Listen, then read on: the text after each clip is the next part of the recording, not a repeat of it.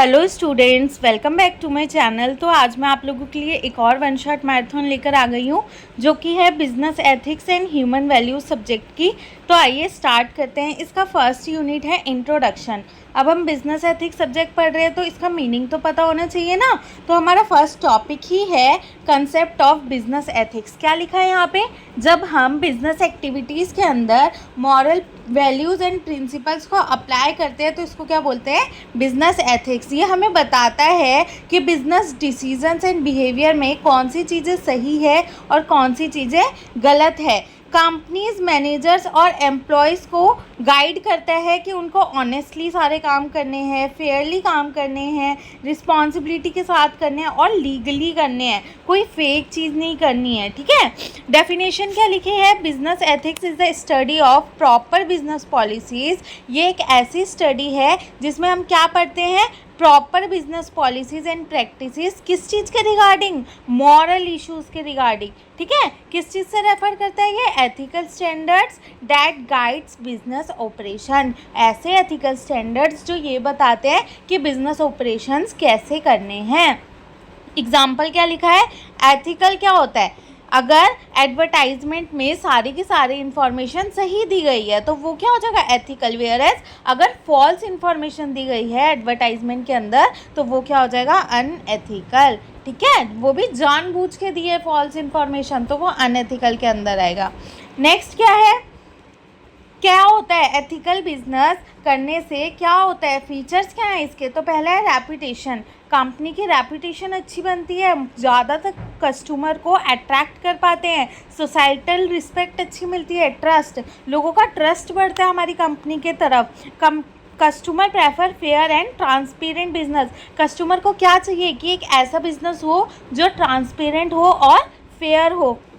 Next क्या है? Moral. Employ feel proud and motivated. जो भी एम्प्लॉयज़ उस कंपनी के अंदर काम कर रहे होते हैं उनको प्राउड एंड मोटिवेटेड फील होता है। प्रॉफिट। अगर आप एथिक्स फॉलो कर रहे हो सारे के सारे तो आपका सस्टेनेबल ग्रोथ होगा और शॉर्ट टर्म गेन्स की जगह आपका लॉन्ग टर्म गेन होगा, लॉन्ग टर्म ग्रोथ होगा। लीगली क्या होगा?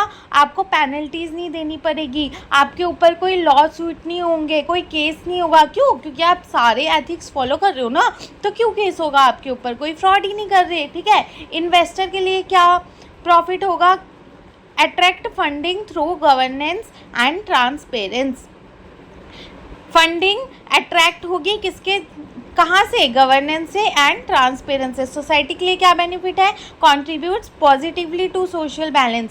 पॉजिटिवली कंट्रीब्यूट करता है सोसाइटी में। ठीक है। और कंपटीशन अनफेयर ट्रेड प्रैक्टिस नहीं करेगा। कंपटीशन के लिए अनफेयर ट्रेड प्रैक्टिस नहीं होती है जब एथिकल बिजनेस हो रहा होता है तो। ठीक है। अब डिफरेंट ऑर्गेनाइजेशनल कॉन्टेक्स्ट में पढ़ते हैं हम क्या क्या है। सबसे पहले है एथिक्स इन प्रोडक्शन। प्रोडक्शन में कैसे एथिक्स होता है? तो किस पे फोकस करता है? क्वालिटी प्रोडक्ट हो, वर्कर की सेफ्टी प्रोवाइड की जाए, पॉल्यूशन कंट्रोल करे और रिसोर्सेज का फेयर तरह से यूज़ हो। ठीक है। अनएथिकल प्रैक्टिस क्या हो जाएगी प्रोडक्शन में? हार्मफुल प्रोडक्ट सेल कर रहे हैं। ठीक है। अच्छी बात है ये? नहीं ना। हार्मफुल प्रोडक्ट से किसी को भी नुकसान हो सकता है। नेक्स्ट है चाइल्ड लेबर का यूज़ कर रहे हैं प्रोडक्शन के टाइम पे। ठीक है। और सेफ्टी स्टैंडर्ड को इग्नोर कर रहे हैं, कोई सेफ्टी मेजर्स ही नहीं लिए जा रहे कंपनी के अंदर, तो ये सब अनएथिकल प्रैक्टिसेस है। मार्केटिंग के अंदर क्या क्या एथिक्स हैं? ठीक है। ट्रू एडवर्टाइजिंग, सच्ची एडवर्टाइजिंग कर रहे हैं, कुछ झूठ नहीं बोल रहे हैं। फेयर प्राइसिंग, प्राइजेस फेयर लिए जा रहे हैं और कोई मिसलीडिंग इन्फॉर्मेशन नहीं है, घुमा नहीं रही कोई इन्फॉर्मेशन, एकदम एक्यूरेट इन्फॉर्मेशन दी जा रही है। अनएथिकल प्रैक्टिसेस क्या हो जाएगी? आपको फॉल्स क्लेम कर रहे हैं कि आप 10 दिन में पतले हो जाओगे, ऐसे टाइप का होते हैं ना एडवर्टाइजमेंट, वो हो गया। ठीक है। हिडन चार्जेस, काफ़ी सारी चीज़ें आपसे छुपाई जा रही है। और मैनिपुलेटिव एडवर्टाइजमेंट, आपको मैनिपुलेट करने वाले एडवर्टाइजमेंट दी जा रही है तो वो अनएथिकल हो जाएगा। ठीक है। फाइनेंस में क्या होगा? एथिक्स। एथिकल क्या होगा? अकाउंटिंग आप प्रॉपर तरीके से कर रहे हो, ट्रांसपेरेंसी रख रहे हो हर चीज़ का, टैक्स इवेशन नहीं कर रहे, मतलब टैक्स की चोरी नहीं कर रहे और कोई इनसाइडर ट्रेडिंग नहीं हो रही। आगे पढ़ेंगे इनसाइडर ट्रेडिंग क्या होती है। अनएथिकल क्या हो जाएगा? फ्रॉड कर रहे हो। मैनिपुलेटिंग अकाउंट, जो भी आपने अकाउंट बना रखे हैं उनमें काफ़ी गड़बड़ है। और ब्राइबरी, मतलब वो लेते हैं ना करप्शन वाले पैसे, तो वो ब्राइबरी में आ जाएगा। HRM में क्या एथिक्स है, इक्वल अपॉर्चुनिटी दी जा रही है सारे एम्प्लॉयज़ को, फेयर वेजेस दी जा रही है, कोई डिस्क्रिमिनेशन नहीं है, भेदभाव नहीं किया जा रहा और सारे एम्प्लॉयज़ को रिस्पेक्ट मिल रही है, तो वो क्या हो जाएगा एथिकल। और अनएथिकल क्या हो जाएगा, एम्प्लॉयज़ के साथ हैरेसमेंट हो रहा है, एक्सप्लॉयटेशन हो रहा है और बाइस्ड प्रमोशन। ठीक है, एथिक आईटी में एथिक्स क्या है, डाटा प्राइवेसी रखो, साइबर सिक्योरिटी हो और टेक्नोलॉजी का रिस्पॉन्सिबल तरह से यूज़ हो। अब नेक्स्ट टॉपिक क्या है, sustainability the ultimate goal of a business. क्या होता है सस्टेनेबिलिटी, हमने पहले ही ये डेफिनेशन पढ़ी हुई है, meeting present need without harming future generation. अभी की नीड को मीट करना बिना फ्यूचर जनरेशन को हार्म पहुँचाए हुए। ठीक है, क्या लिखा है, the balance a sustainable business must balance economic growth. Sustainable business को बैलेंस करना चाहिए, इकोनॉमिक ग्रोथ को भी, सोशल वेलफेयर को भी और इन्वायरमेंटल प्रोटेक्शन को भी। 3 चीज़ें होती हैं इसमें, प्रॉफिट, पीपल और प्लैनेट। प्रॉफिट में इकोनॉमिक हो गया, पीपल में सोशली काम करना और प्लैनेट इन्वायरमेंटल के लिए काम करना। इन्वायरमेंटल प्रोटेक्शन और लॉन्ग टर्म सर्वाइवल क्या होता है, इन्वायरमेंटल प्रोटेक्शन मतलब आप पॉल्यूशन कम कर रहे हो, वेस्टेज कम कर रहे हो, और long term survival conserve natural resources, natural resources को बचा रहे हो। क्या क्या लिखा है यहाँ पे, क्या होता है ये सब चीज़ें करने से, आपकी ब्रांड इमेज अच्छी बनेगी। Consumer support eco friendly companies, उन कंपनीज़ को कस्टमर सपोर्ट करते हैं जो कि इको फ्रेंडली कंपनीज होती हैं। Cost reduction, efficient resource use, lower expenses. अगर आप अच्छे रिसोर्सेज यूज़ करोगे तो आपके एक्सपेंसेस भी कम होंगे। सोशल डेवलपमेंट होगा, किस चीज़ को सपोर्ट करेगा ये, कम्युनिटीज़ को, एम्प्लॉयज़ वेलफेयर को। एग्जांपल क्या है सस्टेनेबल प्रैक्टिसेस के, रिसाइकलिंग कर रहे हो आप, रिन्यूएबल एनर्जी का यूज़ कर रहे हो, वाटर कंजर्वेशन कर रहे हो और इको फ्रेंडली पैकेजिंग कर रहे हो। ठीक है, 5 अप्रोचेज है बिजनेस एथिक्स की, क्या क्या, utilitarian approach, right approach, common good approach, justice approach, virtual approach. 1 by 1 पढ़ते हैं। इनमें क्या बताया कि एक बिजनेस किस तरह से एथिकली काम करेगा अलग अलग अप्रोचों का यूज़ करके। ठीक है, तो सबसे पहले यूटिलिटेरियन अप्रोच, इसका मतलब क्या है, क्या बोलता है ये, choose action that create maximum benefit for maximum people. ऐसा एक्शन चुनो जो कि ज़्यादा से ज़्यादा फ़ायदा दे और ज़्यादा से ज़्यादा लोगों को फ़ायदा दे। इस अप्रोच का कहना ये है कि आप वो अप्रोच चूज़ करो जिसमें ज़्यादा से ज़्यादा फ़ायदा हो और ज़्यादा से ज़्यादा लोगों का फ़ायदा हो। समझ आया, एग्जाम्पल क्या लिखा है, a company provide affordable medicine to benefit society. एक कंपनी मेडिसिन कम रेट में प्रोवाइड करी है ताकि सोसाइटी का बेनिफिट हो। लिमिटेशन क्या है, जो भी माइनॉरिटी इंटरेस्ट है वो इग्नोर किया जाएगा। ये लोग सोच रहे हैं ज़्यादा से ज़्यादा लोगों का फ़ायदा हो, ठीक है, उस वजह से काफ़ी लोगों को नुकसान भी तो हो रहा होगा ना, जिसको इग्नोर करा जा रहा है। नेक्स्ट अप्रोच है राइट अप्रोच। ये अप्रोच क्या कहती है, this approach focus on protecting human right. ये अप्रोच क्या कहती है कि ह्यूमन राइट को प्रोटेक्ट करना है। इसका फोकस क्या है, ह्यूमन राइट को प्रोटेक्ट करना, जैसे कि राइट टू प्राइवेसी हो गया, राइट टू सेफ्टी हो गया, राइट टू फ्रीडम हो गया। एग्जाम्पल क्या लिखा है, protecting customer personal data. Customer के पर्सनल डाटा को प्रोटेक्ट करना क्या हो जाएगा, राइट अप्रोच। समझ आया। नेक्स्ट है जस्टिस अप्रोच। ये क्या बोलता है, एम्फेसाइज फेयरनेस एंड इक्विटी। ये किस चीज़ पे एम्फेसाइज करता है कि आप सबको इक्वल ट्रीट करो, फेयर रहो। ये किस में बोलते हैं, जस्टिस अप्रोच में। एग्जाम्पल क्या है कि आप इक्वल सैलरी दे रहे हो सेम काम के लिए। अगर कोई सेम काम है तो आप ये नहीं कर रहे कि अगर ये मेरा फ्रेंड है तो मैं इसको 15,000 दे देती हूँ, इसको नहीं जानती तो इसको चलो 10,000 ही दो। ऐसा नहीं, सेम काम के लिए सेम सैलरी देना। ये कौन बोलता है, justice approach. Common good approach, ये क्या बोलता है, focus on welfare of society as a whole. ये पूरे सोसाइटी का वेलफेयर करना चाहता है। इस अप्रोच में ये कहा गया है। एग्जाम्पल क्या लिखा है, businesses supporting public health and education. काफ़ी सारे बिजनेस किस चीज़ को सपोर्ट करते हैं, पब्लिक की हेल्थ को और एजुकेशन के लिए। ठीक है, ये कोई स्पेसिफिक एरिया के लिए नहीं कर रहे, पूरी सोसाइटी के लिए काम करते हैं। ठीक है, नेक्स्ट क्या है, वर्चुअल अप्रोच। ये क्या बोलता है, फोकस ऑन मॉरल कैरेक्टर। इसका मेन फोकस क्या होता है कि मॉरल कैरेक्टर अच्छा हो, हम ऑनेस्टी के साथ रहें, हम करेज के साथ रहें, इंटीग्रिटी और कंपैशन। समझ आया। नेक्स्ट टॉपिक है एथिकल प्रैक्टिसेस इन बिजनेस। क्या लिखा है? फेयर ट्रेड प्रैक्टिस करते हैं तो क्या होगा? एक्सप्लॉयटेशन नहीं होगा एम्प्लॉयज़ का। एथिकल लीडरशिप होगा तो managers act as a role model. देखो किसी भी कंपनी में जाओगे तो आप देखोगे अगर मैनेजर एथिक्स फॉलो कर रहे हैं तो ही तो आप करोगे ना। अगर मैनेजर ही नहीं फॉलो करेगा तो आप कहाँ से करोगे? तो वही लिखा है एथिकल लीडरशिप। अगर एथिकल लीडरशिप प्रोवाइड की जाएगी तो एम्प्लॉयज़ भी मैनेजर से सीखेंगे कि हाँ हमें भी ऐसे ही करना है। कॉर्पोरेट गवर्नेंस, ये क्या बोलते हैं? Responsible management and transparency. एक रिस्पॉन्सिबल मैनेजमेंट होना चाहिए, वो भी ट्रांसपेरेंसी के साथ। जो भी डिसीजंस लिए जा रहे हैं वो ट्रांसपेरेंट रह के फिर लिए जाएं, ठीक है? डिसीजंस छुपाए ना जाए, कोई भी चीज़ छुपाई ना जाए। नेक्स्ट है विसल ब्लोअर प्रोटेक्शन। इसमें क्या होता है? अगर कोई गलत चीज़ हो रही होती है ना कंपनी के अंदर तो क्या करते हैं? Protect employees who report unethical act.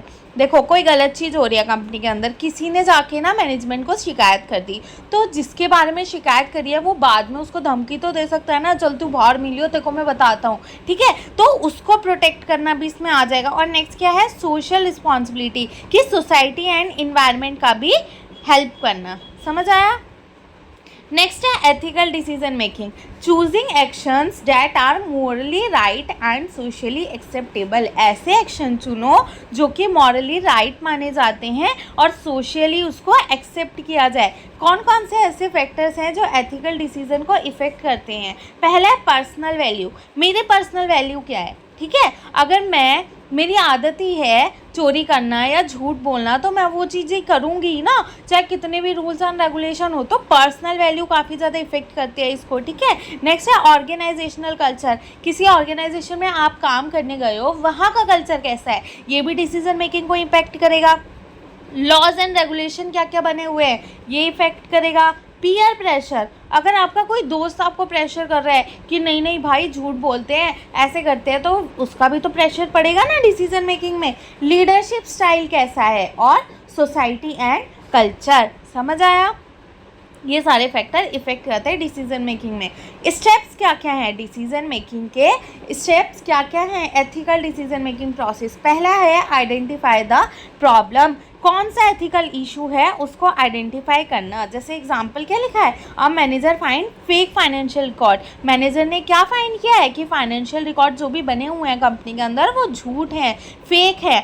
उसके बाद गैदर फैक्ट, आप कंप्लीट इन्फॉर्मेशन निकालो, कलेक्ट कंप्लीट इन्फॉर्मेशन। अभी तो फर्स्ट में तो आपने फाइंड ही किया है ना कि ऐसा है, अब आप उसके लिए सबूत इकट्ठा करो, कंप्लीट इन्फॉर्मेशन निकालो। समझ आया कि ऐसा क्यों हुआ, किसने किया, कौन सा लॉ अप्लाई हुआ है। समझ आया? नेक्स्ट है आइडेंटिफाई अल्टरनेटिव्स। अल्टरनेटिव्स आइडेंटिफाई करो कि कौन कौन से सॉल्यूशन हो सकते हैं इस प्रॉब्लम के, जो प्रॉब्लम है उसके कौन कौन से सॉल्यूशंस हो सकते हैं। नेक्स्ट क्या है? Evaluate alternatives. अब इतने सारे सॉल्यूशंस हैं, अब आप उसमें से चेक करोगे ना कि अगर मैं ये वाला ऑप्शन चूज़ करता हूँ, ये वाला सॉल्यूशन चूज़ करता हूँ तो इसका इम्पैक्ट क्या पड़ सकता है। तो इसमें क्या करते हो आप? Check consequences of each option. आप हर एक ऑप्शंस के कॉन्सिक्वेंसेस चेक करते हो कि इसका इफेक्ट क्या पड़ सकता है, ठीक है? नेक्स्ट क्या है? आप डिसीज़न लोगे, जो उसमें से सबसे अच्छा बेस्ट ऑप्शन होगा उसको चूज़ करोगे, इम्प्लीमेंट करोगे डिसीज़न, ठीक है? मतलब एक प्रॉपरली एक्शन लोगे उस प्रॉब्लम को सॉल्व करने के लिए। और लास्ट में क्या करोगे? रिव्यू आउटकम, चेक करोगे कि क्या वो डिसीज़न हेल्प कर पाया है उस प्रॉब्लम को सॉल्व करने में। समझ आया? नेक्स्ट टॉपिक है relevance of ethics and values in business. क्या लिखा है? Ethics and values are essential for successful business operation. Ethics and values काफ़ी ज़्यादा इंपॉर्टेंट है एक बिजनेस ऑपरेशन सक्सेसफुल होने के लिए। तो क्या क्या चीज़ें हैं? अपने ट्रस्ट बनाओ, एथिक्स फॉलो करके ट्रस्ट बढ़ाओ, रिलेशनशिप अच्छी करो कस्टमर और एम्प्लॉयज़ के साथ। नेक्स्ट क्या है? कॉर्पोरेट इमेज अच्छी करो, ठीक है? Ethical firm are respected. जो भी एथिकल फर्म होती है वो रिस्पेक्टेड फर्म्स होती हैं। रेड्यूस करप्शन, करप्शन कम करो, फ्रॉड कम करो, ठीक है? और लास्ट क्या है? Encourage team work. Team work को इनकरेज करो ताकि वैल्यूज़ शेयर हो और कोऑपरेशन बन पाए कंपनी के अंदर। समझ आया? नेक्स्ट है कोड ऑफ एथिक्स। ये क्या होता है? एक रिटर्न डॉक्यूमेंट है ये, जिसके अंदर क्या लिखा होता है, सारे के सारे एथिकल प्रिंसिपल्स और rules for employees and manager. जैसा रूल बुक होती है ना, वैसे ही एक रूल बुक टाइप है ये एक रिटर्न डॉक्यूमेंट, जिसके अंदर सारे के सारे एथिकल प्रिंसिपल्स और रूल्स लिखे होते हैं। किसके लिए? एम्प्लॉयज़ और मैनेजर के लिए। ठीक है, क्या बताता है ये एम्प्लॉयज़ को कि कौन कौन से बिहेवियर माने जाएंगे और कौन कौन से बिहेवियर अलाउ नहीं है। फीचर्स क्या क्या है इसके? रिटर्न गाइडलाइंस है, कोई ओरल में नहीं है, रिटर्न फॉर्म में आपको दिया जा रहा है। क्लियर स्टैंडर्ड ऑफ कंडक्ट, एक क्लियर आपको स्टैंडर्ड ऑफ कंडक्ट बताया गया है कि आपको ऐसे ही काम करना है। सारे के सारे एम्प्लॉयज़ पे अप्लीकेबल होता है। अगर कोई आपका फेवरेट एम्प्लॉय है तो आप ये नहीं बोल सकते कि आपको ज़रूरत नहीं है कोड ऑफ एथिक्स फॉलो करने की। नहीं, ये सब लोगों के लिए अप्लीकेबल है। हेल्प्स एथिकल डिसीजन मेकिंग, ये एथिकल डिसीजन मेकिंग में भी हेल्प करता है। समझ आया? नेक्स्ट है ऑब्जेक्टिव क्या क्या है कोड ऑफ एथिक्स के। ऑब्जेक्टिव क्या है, क्यों बनाया जाता है? तो एथिकल बिहेवियर एक कंपनी के अंदर फॉलो हो, मिसकंडक्ट ना हो, कोई मिसकंडक्ट वाला चीज़ें ना हो कंपनी के अंदर, डिसिप्लिन मेंटेन रहे और पब्लिक कॉन्फिडेंस बढ़े। ठीक है, एलिमेंट्स क्या क्या है कोड ऑफ एथिक्स के? ऑनेस्टी होनी चाहिए, मतलब कोड ऑफ एथिक्स के अंदर लिखा हुआ है ये सारी चीज़ें। Honesty, confidentiality, conflict of interest rules. ठीक है, कॉन्फ्लिक्ट ऑफ इंटरेस्ट रूल मतलब आप ना कभी कभी सोचते हो पर्सनल इंटरेस्ट फुलफिल हो, ऑर्गेनाइजेशनल का इंटरेस्ट फुलफिल हो चाहे ना हो, उससे मुझे क्या लेना देना। तो वही लिखा है कि कॉन्फ्लिक्ट ऑफ इंटरेस्ट रूल ना हो, एंटी करप्शन पॉलिसीज, ठीक है, एम्प्लॉयज़ का रिस्पेक्ट करना और कस्टमर रिस्पॉन्सिबिलिटी। एडवांटेज क्या है और लिमिटेशन क्या है इसकी? एडवांटेज क्या है कोड ऑफ एथिक्स के? एक अच्छा वर्क कल्चर बनेगा क्योंकि सब रूल्स एंड रेगुलेशन फॉलो करेंगे, एथिकल प्रिंसिपल फॉलो करेंगे, अनएथिकल बिहेवियर कम हो जाएंगे और रेपुटेशन उस कंपनी की अच्छी हो जाएगी। लिमिटेशन क्या क्या है? डिफ़िकल्ट है इन्फोर्स करने में। ठीक है, एम्प्लॉय इग्नोर कर सकते हैं इसको, रूल बुक को इग्नोर कर सकते हैं और can not solve every ethical issue, हर एक एथिकल इशू को ये सॉल्व नहीं कर सकता क्योंकि ये रूल बुक तो पहले से बनी हुई है ना रिटर्न फॉर्म में। अगर कोई नया प्रॉब्लम आ जाता है तो क्या उसका सॉल्यूशन उसमें लिखा होगा? नहीं, तो हर एक प्रॉब्लम को ये सॉल्व नहीं कर सकता। नेक्स्ट टॉपिक है एथिकल बिहेवियर ऑफ मैनेजर। क्या लिखा है? Ethical behaviour means acting honestly, Fairlie and responsibly while managing employees and resources. Ethical behaviour क्या होता है? ऑनेस्टली, फेयरली और रिस्पॉन्सिबली एक्ट करना। मैनेजिंग, जब आप एम्प्लॉयज़ को मैनेज कर रहे हो और रिसोर्सेज को मैनेज कर रहे हो, किसके लिए? ये मैनेजर के लिए। मैनेजर एक ऑर्गेनाइजेशनल कल्चर को इन्फ्लुएंस करता है उसके बिहेवियर से। वही बोल रहा था ना मैंने कि मैनेजर जो करेगा एम्प्लॉयज भी उसको देख के करेंगे। तो अगर वही एथिकल बिहेवियर फॉलो नहीं करेगा तो बाकी लोग कैसे करेंगे? तो कौन कौन से बिहेवियर उसको फॉलो करने चाहिए? ऑनेस्टी, कि वो ट्रूथ बोले सबके सामने, कोई फ्रॉड ना करे, integrity, act according to moral principles, जो भी मॉरल प्रिंसिपल्स हैं उनके अकॉर्डिंग वो काम करे, फेयरनेस, सारे के सारे एम्प्लॉयज़ को इक्वली ट्रीट करे, अकाउंटेबिलिटी, अगर वो कोई डिसीजन ले रहा है तो उसको आंसर करे, एक्सेप्ट करे अपनी रिस्पॉन्सिबिलिटी। ठीक है, रिस्पेक्ट, वैल्यूज़ एम्प्लॉय डिग्निटी, सारे के सारे एम्प्लॉयज़ को रिस्पेक्ट करे। अगर एम्प्लॉय अपना कोई सजेशन दे रहा है तो उसको रिस्पेक्ट करे। और transparency, maintain openness in decision, जो भी डिसीजन वो ले रहा है उसमें ओपननेस बना के रखे। समझ आया? नेक्स्ट है रिस्पॉन्सिबिलिटीज़ क्या क्या होती है एथिकल मैनेजर की। जो एक अच्छा एथिकल मैनेजर होता है उसकी रिस्पॉन्सिबिलिटी क्या क्या होती है? सारे लॉ फॉलो करे, करप्शन को रोके, एथिकल कल्चर बनाए एक ऑर्गेनाइजेशन के अंदर, एम्प्लॉयज़ राइट को प्रोटेक्ट करे और फेयर बिजनेस प्रैक्टिसेस करे।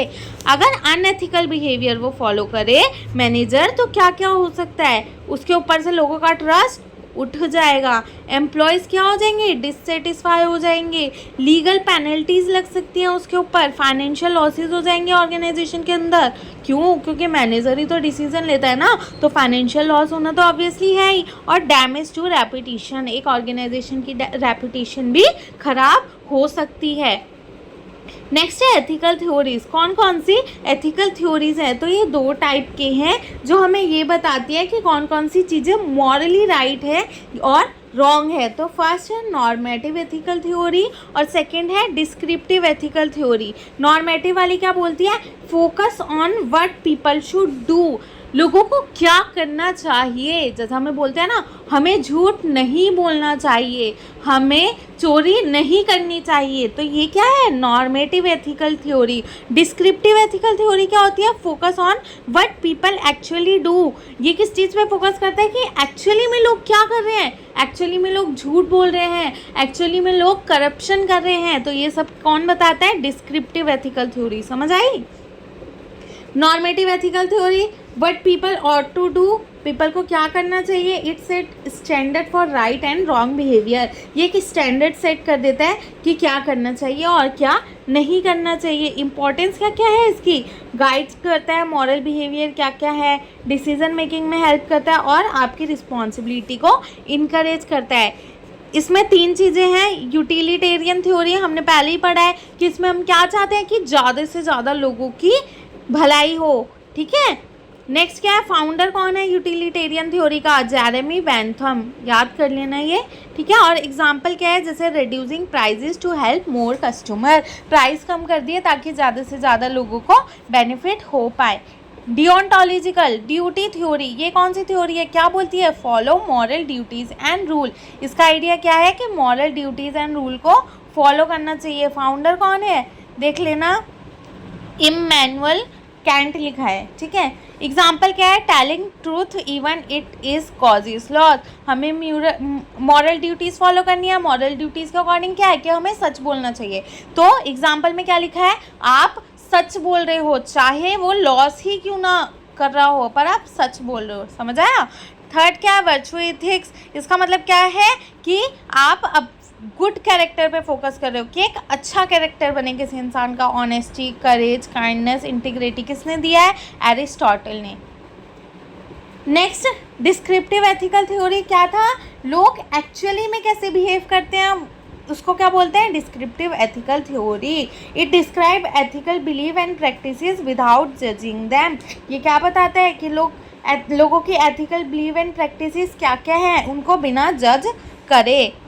फीचर्स क्या क्या हैं, बेस्ड ऑन ऑब्जर्वेशन, लोगों को हम ऑब्जर्व कर रहे हैं ना, तभी तो हमें पता चलेगा कि वो क्या कर रहे हैं। Studies real behaviour, real behaviour को स्टडी करता है और एक्सप्लेन कल्चरल डिफरेंसेस को भी एक्सप्लेन करता है। एग्जाम्पल क्या हो गया, researching how employees react to corruption in companies. अगर किसी कंपनी में करप्शन हो रहा है तो एम्प्लॉयज़ क्या कर रहे हैं, उसको छुपा रहे हैं या विसल ब्लोइंग कर रहे हैं, क्या कर रहे हैं, वो स्टडी कर रहे हैं।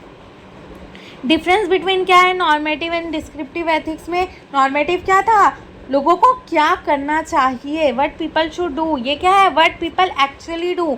नेचर इसका क्या है, प्रिस्क्रिप्टिव, प्रिस्क्रिप्शन दे रहा है ना, जैसा डॉक्टर हमें प्रिस्क्रिप्शन देते हैं मेडिसिन की, अगर हमें कोई प्रॉब्लम होती है या हेल्थ इशू होता है, वैसे ही ये प्रिस्क्रिप्शन दे रहा है कि हमें क्या करना चाहिए। और ये ऑब्जर्वेशनल है क्योंकि हम ऑब्जर्व कर रहे हैं। इसका फोकस क्या है, मॉरल स्टैंडर्ड फुलफिल, और ये लोगों की ह्यूमन बिहेवियर रीड करता है। पर्पस क्या है, एथिक्स बताना और इसमें स्टडी करना है एथिक्स को। नेक्स्ट, यूनिट 1 ख़त्म हो गई। यूनिट 2 क्या है, बिजनेस एथिक्स एंड मैनेजमेंट पढ़ते हैं। फर्स्ट टॉपिक क्या है, इसमें मैनेजमेंट प्रोसेस पढ़ रखा है हमने 11th-12th में ही। मैनेजमेंट प्रोसेस क्या था, planning, organising, staffing, directing, controlling.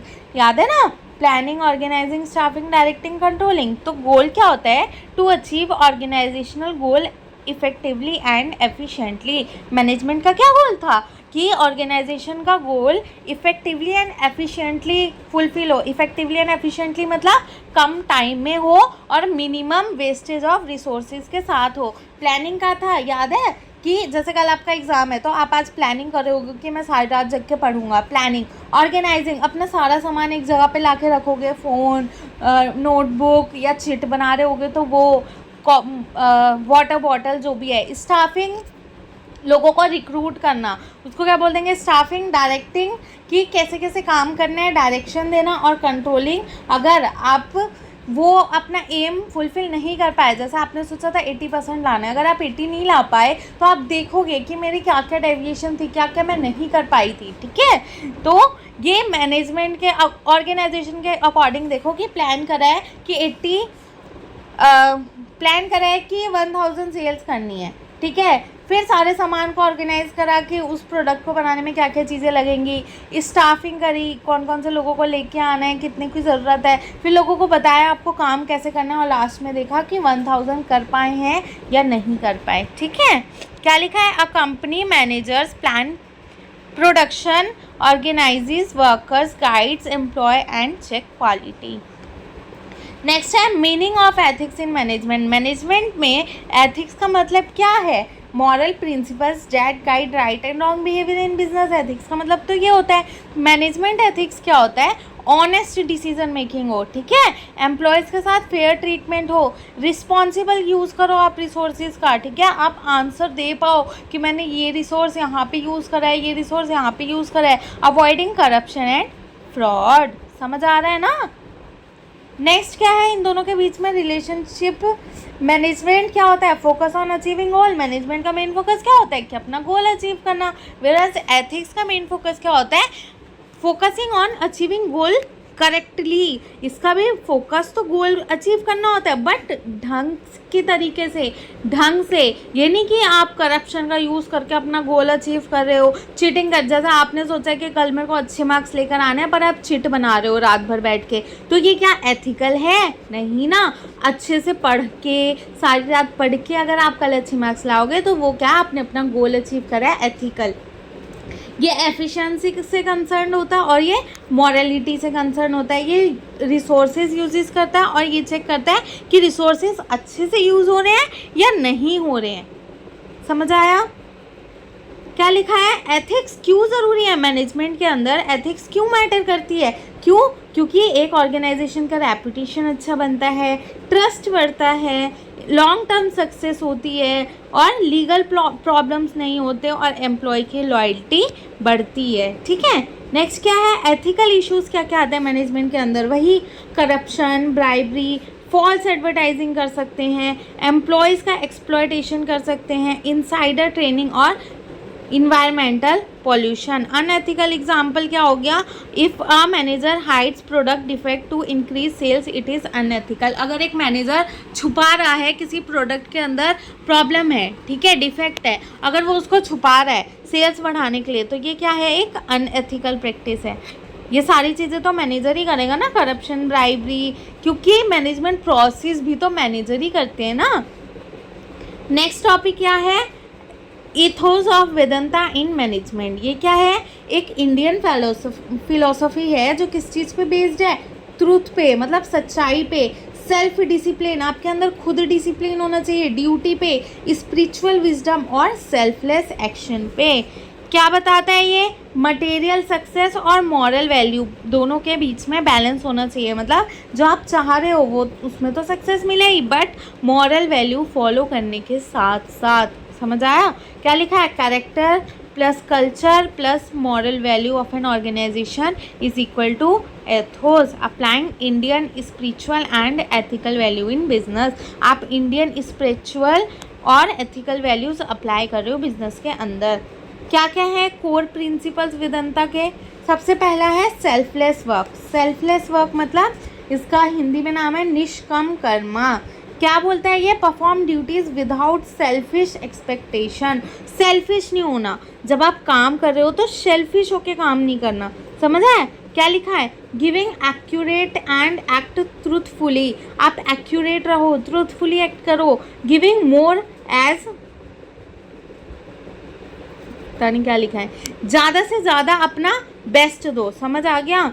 और क्या लिखा है यहाँ पे, a manager should work honestly for organisation growth not only for personal promotion. अपना नहीं सोचना, पर काम मुझे अपना 100% दे के करना है। अगर मैं अभी ये सोचूं मैं यूट्यूब पे आपको वीडियो प्रोवाइड कर रही हूँ, मुझे थोड़ी सैलरी वगैरह मिलेगी, तो मैं क्यों प्रोवाइड करूँ, ठीक है, तो इसमें तो मैं सेल्फिश हो जाऊँगी। बट नहीं, मैं ये सोच रही हूँ कि आप लोगों का एग्ज़ाम कल अच्छा जाए, मैं सेल्फलेस होके काम कर रही हूँ ना, अपना सेल्फिश थोड़ी हो रही, ठीक है। तो ये क्या हो जाएगा, निष्काम कर्मा। नेक्स्ट क्या है, truthfulness, always speak and act truthfully. आप बोलो भी सच और करो भी सच, ठीक है। समझ आया। Giving accurate information to customer, जो एक्यूरेट इन्फॉर्मेशन है वो कस्टमर को दो, कुछ भी छुपाओ नहीं। थर्ड क्या है, सेल्फ कंट्रोल, अपने आप पे कंट्रोल करो। आपको गुस्सा ज़्यादा आता है, उसको कंट्रोल करो। लालची हो, उसको कंट्रोल करो। ईगो है आपके अंदर, उसको कंट्रोल करो। समझा है? नेक्स्ट है इक्वालिटी, सब लोगों को इक्वल ट्रीट करो। ये नहीं कि मेरे से नीचे पोजीशन वालों को मैं नीचा दिखाऊं, मेरे से ऊपर पोजीशन वालों को मैं रिस्पेक्ट करूं, ऐसा नहीं। सबको इक्वल ट्रीट करना है, डिस्क्रिमिनेशन नहीं करना किसी के जेंडर पे, कास्ट पे और रिलीजन के बेसिस पे। नेक्स्ट क्या है, ड्यूटी ओरिएंटेड अप्रोच। ये क्या बोलता है, focus on responsibility rather than only reward. ये किस चीज़ पे फोकस करता है, जैसे मुझे कोई काम मिला है तो मैं अपने काम करने पे फोकस करूँगी, ना कि मैं ये सोचूंगी कि मुझे ये काम करने के बाद कोई रिवॉर्ड मिलेगा कि नहीं मिलेगा। लाइक घर का एग्जांपल ले लो, पेरेंट्स ने आपको कोई काम दे दिया घर का करने का, ठीक है, तो आप ये सोचोगे, ये बोलोगे कि आप मेरे को इसके बदले कुछ दोगे, या फिर आप डायरेक्टली वो काम करोगे। डायरेक्टली करोगे ना, अगर बोलोगे इसके बदले मेरे को कुछ दो तो उसी टाइम पिटाई विटाई हो जाएगी। तो इसको क्या बोलते हैं, ड्यूटी ओरिएंटेड अप्रोच। नेक्स्ट क्या है, वाई अप्लाई वेदांता। वेदांता क्यों अप्लाई होता है, develops ethical leader. Ethical leader को डेवलप करता है, स्ट्रेस कम करता है। क्यों स्ट्रेस कम करेगा, आप अपने आप पे भी तो कंट्रोल कर रहे हो ना, अपना गुस्सा शांत कर रहे हो, ईगो कम कर रहे हो, तो स्ट्रेस कम करेगा। एम्प्लॉय रिलेशन अच्छे बनाएगा, क्योंकि आप किसी को नीचा नहीं दिखा रहे, डिस्क्रिमिनेशन नहीं कर रहे, तो रिलेशन तो अच्छे बनेंगे ही ना। सोशल रिस्पॉन्सिबिलिटी इनकरेज होगी और पीसफुल वर्क एनवायरनमेंट होगा, कोई लड़ाई झगड़े नहीं होंगे। समझ आया? नेक्स्ट है हायरार्किज्म। क्या होती है ऑर्गेनाइजेशनल वैल्यू में, क्या है, hierarchism means a system where authority and responsibility are formally structured. क्या होता है हायरार्की, जहाँ पे एक ऐसा ऑर्गेनाइजेशन, एक ऐसा सिस्टम जहाँ पे अथॉरिटी और रिस्पॉन्सिबिलिटी एक सिस्टम में फॉर्मली स्ट्रक्चर्ड है, फॉर्मली है। जैसे हमें पता लग जाएगा यहाँ पे टॉप लेवल वाला है, यहाँ पे मिडिल लेवल वाला है, यहाँ पे लोअर लेवल वाला है, ठीक है। देखो है ना, each level has different power. हमें देख के ही पता लग रहेगा कि टॉप लेवल वाले के पास सबसे ज़्यादा पावर होती है, मिडिल लेवल के पास उससे कम, लोअर लेवल के पास उससे कम और वर्कर के पास सबसे कम। मीनिंग ऑफ हायरार्किज्म क्या होता है, hierarchism means a system where authority and responsibility are arrange in level. जहाँ पे अथॉरिटी एंड रिस्पॉन्सिबिलिटी को एक लेवल में अरेंज कर दिया जाता है। नेक्स्ट क्या है, फीचर्स क्या क्या है हायरार्किज्म के, एक क्लियर चेन ऑफ कमांड है। अगर आप किसी ऑर्गेनाइजेशन में गए हो, वहाँ पे कोई हायरार्की नहीं है, तो आपको नहीं पता चलेगा टॉप लेवल पे कौन काम कर रहा है, मिडल पे कौन काम कर रहा है। वेयरएज हायरार्की जहाँ पे होएगी वहाँ पे क्लियर चेन ऑफ कमांड आपको पता लगेगा कि मुझे ये वाला पर्सन कमांड करेगा, है ना, वरना तो आप कंफ्यूज ही रहोगे ना कि मुझे किसका ऑर्डर फॉलो करना है। रिस्पॉन्सिबिलिटी डिफाइन करेगा, डिसिप्लिन बताता है, ठीक है, अकाउंटेबिलिटी और प्रॉपर कम्युनिकेशन फ्लो होता है। एक अच्छा कम्युनिकेशन फ्लो होता है, टॉप से मिडल, मिडल से लोअर, लोअर से वर्कर के पास। इंपॉर्टेंस क्या है इसकी, एक ऑर्डर मेंटेन होता है, कोऑर्डिनेशन में हेल्प करता है, कन्फ्यूज़न कम होती है और एफिशिएंसी अच्छी होती है। नेक्स्ट, एथिकल एस्पेक्ट ऑफ हायरार्किज्म क्या है, ठीक है, हायरार्की एथिकल एस्पेक्ट से कैसे करनी चाहिए, तो अपने सबऑर्डिनेट्स का रिस्पेक्ट करो, ठीक है, मिसयूज़ मत करो अपने पावर का, अपनी अथॉरिटी का, कम्युनिकेशन अच्छी करो और सारे के सारे लेवल के एम्प्लॉयज़ को फेयरली ट्रीट करो। प्रॉब्लम्स क्या क्या आ जाती है हायरार्किज्म में, डिसीजन मेकिंग में डिले हो जाता है, ठीक है। अब आपको हर लेवल से गुजर के जाना पड़ेगा ना, आप डायरेक्टली तो किसी से जाके बात नहीं कर पाओगे, पहले टॉप वाले मिडल के पास जाएगा, फिर लोअर, फिर वर्कर, तो डिसीजन मेकिंग में डिले हो जाएगा। एक्सेसिव कंट्रोल, काफ़ी ज़्यादा कंट्रोल होता है और लैक ऑफ क्रिएटिविटी और कम्युनिकेशन गैप भी हो जाता है। नेक्स्ट टॉपिक क्या है, कल्चरल एथोस। ये क्या होता है, it means the believes, tradition and custom and moral value of society. एक सोसाइटी के अंदर क्या बिलीव्स हैं, ट्रेडिशंस हैं, कस्टम्स हैं और मॉरल वैल्यूज़ हैं, इसको क्या बोलते हैं, cultural ethos. Business organisation are influence by culture. एक बिजनेस ऑर्गेनाइजेशन कल्चर से इन्फ्लुएंस होती है, ठीक है। जैसे कि काफ़ी सारे कंट्रीज़ में पंक्चुअलिटी काफ़ी इंपॉर्टेंट है, वेयरएज काफ़ी जगह ये माना जाता है कि फ्लेक्सिबिलिटी ज़्यादा अच्छी होती है। तो हर जगह का कल्चर डिफरेंट है ना, तो उसके अकॉर्डिंग उनका ऑर्गेनाइजेशन भी वर्क डिफरेंटली करेगा। एथिक्स क्या हो जाएगा इसमें, different culture has different ideas of, her culture का अलग अलग आइडिया होता है, ऑनेस्टी कैसे करनी है, रिस्पेक्ट कैसे करना है, डिसिप्लिन और वर्क बिहेवियर। हर कल्चर का डिफरेंट होता है। Cultural Athos in business elements क्या क्या है? एल्डर्स का रिस्पेक्ट करो, टीम स्पिरिट में काम करो, ऑनेस्टी के साथ करो, डिसिप्लिन, सोशल रिस्पॉन्सिबिलिटी। इंपॉर्टेंस क्या क्या है कल्चरल एथोस की? टीम वर्क अच्छा होगा, ठीक है, ट्रस्ट बढ़ेगा, कॉन्फ्लिक्ट कम होगा और क्रिएट एथिकल वर्क कल्चर। एक एथिकल वर्क कल्चर क्रिएट हो जाएगा कंपनी के अंदर, बिजनेस के अंदर। नेक्स्ट टॉपिक क्या है? Globalisation and cultural ethics. क्या लिखा है? International companies must respect local culture. International companies को लोकल कल्चर को रिस्पेक्ट करना चाहिए। एग्जाम्पल, जैसे कोई एमएनसी है, ठीक है, अगर वो इंडिया में काम करने आई है तो उसको इंडियन ट्रेडिशंस और लेबर लॉज को फॉलो करना चाहिए। एजेंसीज कौन कौन सी है जो ये इंश्योर करती है कि एथिक्स फॉलो हो रहे हैं या नहीं हो रहे हैं? कौन कौन सी एजेंसीज हैं? सबसे पहली है गवर्नमेंट। गवर्नमेंट क्या करती हैं? लॉज बनाती हैं, करप्शन रोकती हैं, कंज्यूमर को प्रोटेक्ट करती है और पॉल्यूशन को भी कंट्रोल करती है। एग्जाम्पल क्या हो गया? कंज्यूमर प्रोटेक्शन एक्ट और कंपनीज एक्ट। फिर नेक्स्ट एजेंसी कौन है? Regulatory body. इसका फंक्शन क्या होता है? मॉनिटर करती है कि कॉर्पोरेट एक्टिविटीज़ अच्छे से हो रही है कि नहीं हो रही है, फेयर बिजनेस प्रैक्टिसेस हो रही है कि नहीं हो रही, और इन्वेस्टर को प्रोटेक्ट कर रही है। कौन कौन से होते हैं ऐसे? जैसे सेबी हो गया, आरबीआई हो गया और कंपटीशन कमीशन। मीडिया क्या करती है? अगर कहीं पे अनएथिकल प्रैक्टिस चल रही है तो उसको एक्सपोज करने का काम का क्या है? किसका है? मीडिया का। ये पब्लिक अवेयरनेस बढ़ाती है। एग्जाम्पल, न्यूज़ रिपोर्ट और corporate scam.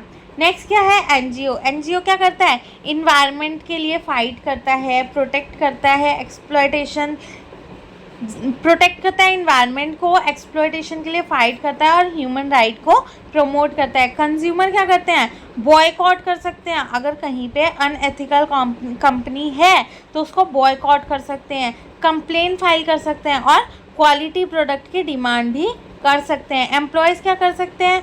Honest work, reporting unethical, अगर कोई अनएथिकल एक्ट कंपनी के अंदर हो रहा है तो उसको रिपोर्ट कर सकते हैं, और फॉलो कंपनी रूल्स को फॉलो कर सकते हैं। एथिकल बिहेवियर के स्टैंडर्ड को सेट करना। Organisation create ethical rules and guidelines for employees. This standards explain. एक ऑर्गेनाइजेशन एथिकल रूल्स और गाइडलाइंस बनाता है किसके लिए? एम्प्लॉयज़ को। ये स्टैंडर्ड क्या बताते हैं कि कौन सी चीज़ें सही है, कौन सी चीज़ें गलत है और कौन कौन से बिहेवियर आपके एक्सेप्ट किए जाएंगे एक कंपनी के अंदर। कोड ऑफ एथिक्स हमने पढ़ लिया। रिटर्न गाइडलाइंस होते हैं एथिकल कंडक्ट्स के। Example, rules against bribery and corruption. 2 है एथिकल पॉलिसीज़। ये क्या होती हैं? Specific policies regarding employees treatment. ये किस चीज़ के रिलेटेड है कि एम्प्लॉय को ट्रीटमेंट कैसे देनी है, कस्टमर सर्विसेज कैसे देनी है, और इन्वायरमेंट प्रोटेक्शन के लिए भी इसमें होता है। नेक्स्ट है लीडरशिप एग्जाम्पल। भैया मैनेजर को एथिकली बिहेव करना चाहिए खुद से, तभी तो वो दूसरे को बोलेगा ना कि तुम भी करो, तभी एम्प्लॉय फॉलो करेंगे उसका बिहेवियर। नेक्स्ट क्या है? Training programme. ऑर्गेनाइजेशन को एथिकल ट्रेनिंग प्रोग्राम प्रोवाइड करना चाहिए एम्प्लॉयज़ को कि आपको एथिकल प्रैक्टिस कैसे करनी है, उसकी ट्रेनिंग प्रोवाइड करें। अब नेक्स्ट टॉपिक क्या है? इंपॉर्टेंस क्या क्या है एथिकल स्टैंडर्ड के? मिसकंडक्ट नहीं होगा कंपनी के अंदर, कम हो जाएगा, रेप्यूटेशन अच्छी हो जाएगी कंपनी की, डिसिप्लिन बढ़ेगा और ट्रस्ट बनेगा कंपनी के प्रति। नेक्स्ट क्या है? Stake holder. स्टेक होल्डर कौन होते हैं? जो किसी भी तरह से कंपनी से जुड़े होते हैं, बिजनेस से जुड़े होते हैं, वो कौन होते हैं? Stakeholder. क्या लिखा है? पर्सन और group affected by business activities. ऐसे पर्सन, ऐसे ग्रुप जो बिजनेस एक्टिविटीज़ से इफेक्ट हो रहे हैं। इंटरनल स्टेक होल्डर, जो कंपनी के अंदर के स्टेक होल्डर्स हैं, कौन कौन होंगे? एम्प्लॉयज़, मैनेजर्स और ओनर्स। और आउटसाइड के कौन से हो जाएंगे? एक्सटर्नल स्टेक होल्डर, जो कि हो गए customer, suppliers, government, society, investor. ठीक है। नेक्स्ट क्या है? इम्पोर्टेंस क्या है? आप स्टेक होल्डर का मैनेजमेंट करोगे तो उसका इम्पोर्टेंस क्या है? क्या फ़ायदा होगा आपको? आप प्रॉफिट ज़्यादा अर्न करोगे। वो लोग अगर हैप्पी है तो आपका प्रॉफिट भी तो इंक्रीज़ होगा। और क्या लिखा है? Protecting environment and employ welfare. Environment को भी प्रोटेक्शन मिलेगी और जो एम्प्लॉयज़ आपके कंपनी में काम कर रहे हैं उनका भी वेलफेयर होगा। तो एक बिजनेस को बैलेंस करना चाहिए स्टेक होल्डर के इंटरेस्ट को। नेक्स्ट है एथिकल रिस्पॉन्सिबिलिटी। क्या क्या होते हैं स्टेक होल्डर के प्रति? एम्प्लॉय के लिए क्या है? आप उसको फेयर वेज दो, सेफ्टी प्रोवाइड करो, कस्टमर के लिए क्वालिटी प्रोडक्ट प्रोवाइड करो, इन्वेस्टर के लिए जो भी आपके कंपनी की डिटेल है उसके ऑनेस्ट रिपोर्टिंग करो, गवर्नमेंट को टैक्स पेमेंट करो टाइम टू टाइम, और सोसाइटी के लिए सोशल वेलफेयर करना चाहिए। मेथड्स क्या क्या हैं स्टेक होल्डर को मैनेज करने के? मेथड्स क्या क्या हैं? कम्युनिकेशन करो उनके साथ अच्छी, ठीक है, ट्रांसपेरेंट रहो, जो भी डिसीजन हो रहे हैं वो ओपनली डिसीजंस लिए जाएं, फेयर पॉलिसीज होनी चाहिए, ठीक है, कॉर्पोरेट सोशल रिस्पॉन्सिबिलिटी हो, और कॉन्फ्लिक्ट रिजोल्यूशन का भी मेथड होता है। नेक्स्ट है एथिकल परफॉर्मेंस फॉलो हो रही है या नहीं हो रही है एक ऑर्गेनाइजेशन के अंदर, उसको डिटेक्ट करना। क्या लिखा है? Assessing ethical performance mean evaluating weather a company behave ethically. इसका मतलब क्या होता है कि एक कंपनी एथिकली बिहेव कर रही है या नहीं कर रही, इसको क्या बोलते हैं? Assessing ethical performance. क्या लिखा है? अगर आपने उस कंपनी में देखा कि अनएथिकल प्रैक्टिसेस चल रही है तो आपको पता लग जाएगा एथिकल तो परफॉर्मेंस हो ही नहीं सकती। लीगल कंप्लायंसेस फॉलो हो रही है कि नहीं हो रही, ये सारी चीज़ें चेक करोगे ना, कंपनी की इमेज बढ़ रही है या बेकार हो रही है, इससे पता चलेगा। और build stakeholder trust, stakeholder की ट्रस्ट बढ़ाने से भी आपके एथिकल परफॉर्मेंस अच्छी दिखेगी।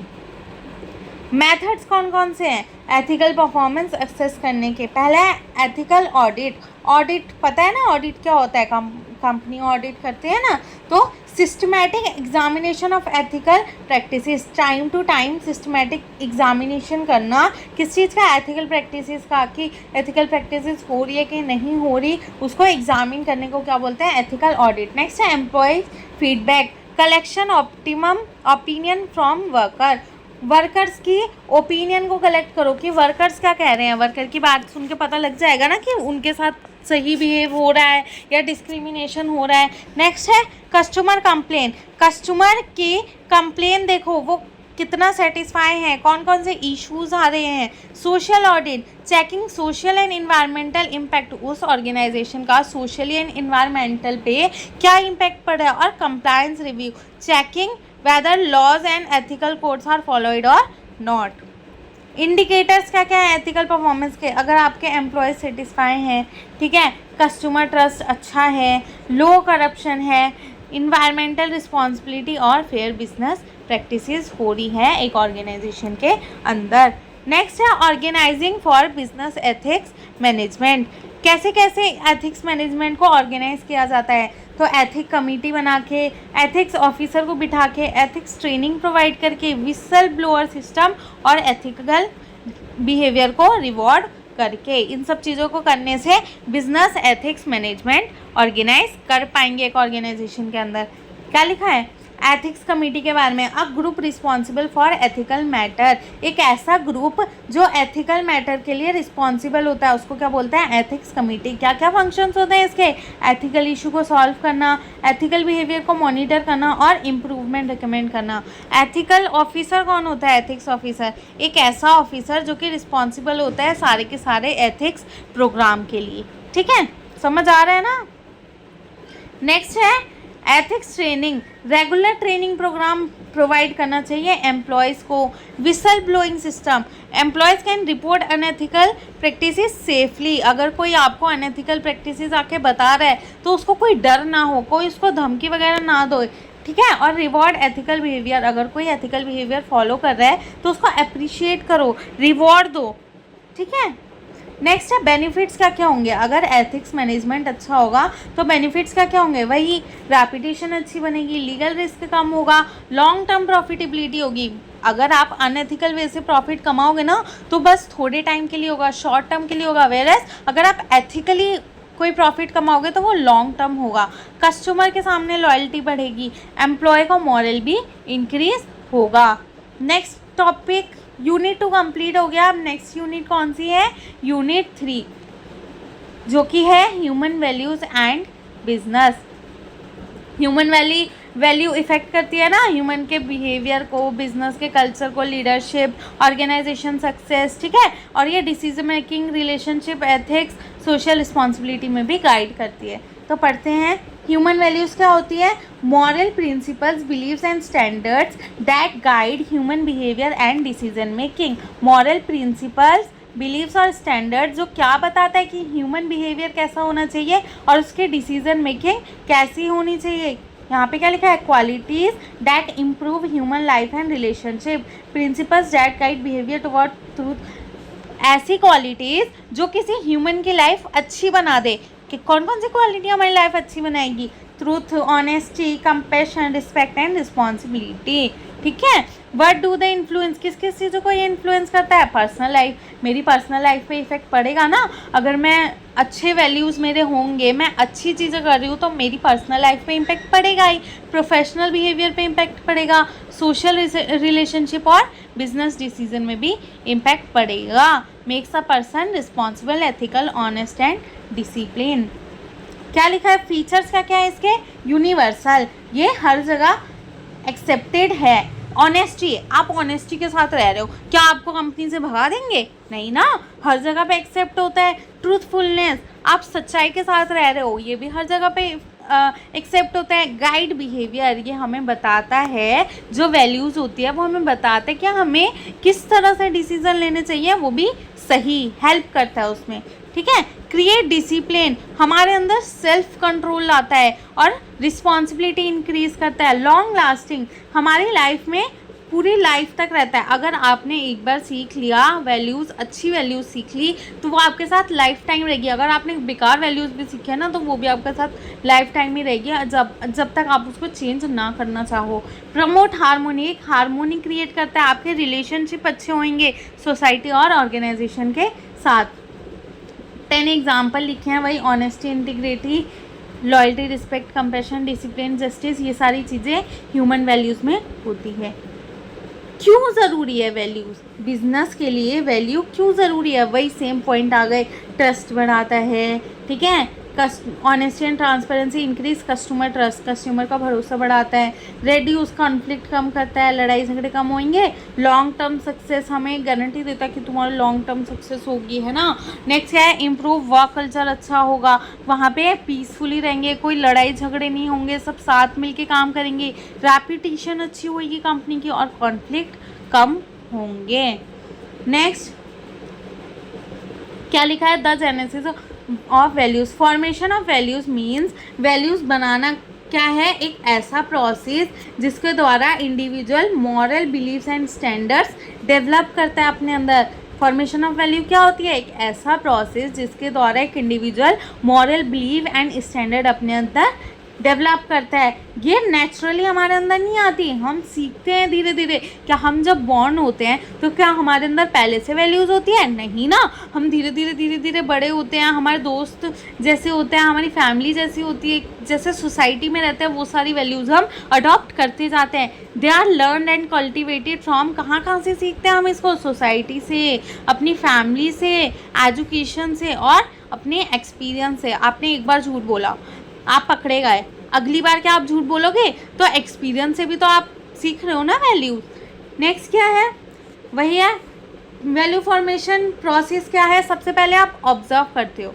ठीक है, आप एक्सटर्नल इन्वायरमेंट को ऑब्जर्व करते हो कि क्या क्या हो रहा है मेरे अगल बगल में। ठीक है, फिर आप उससे सीखते हो, जो आप देख रहे हो ना उससे आप सीखोगे।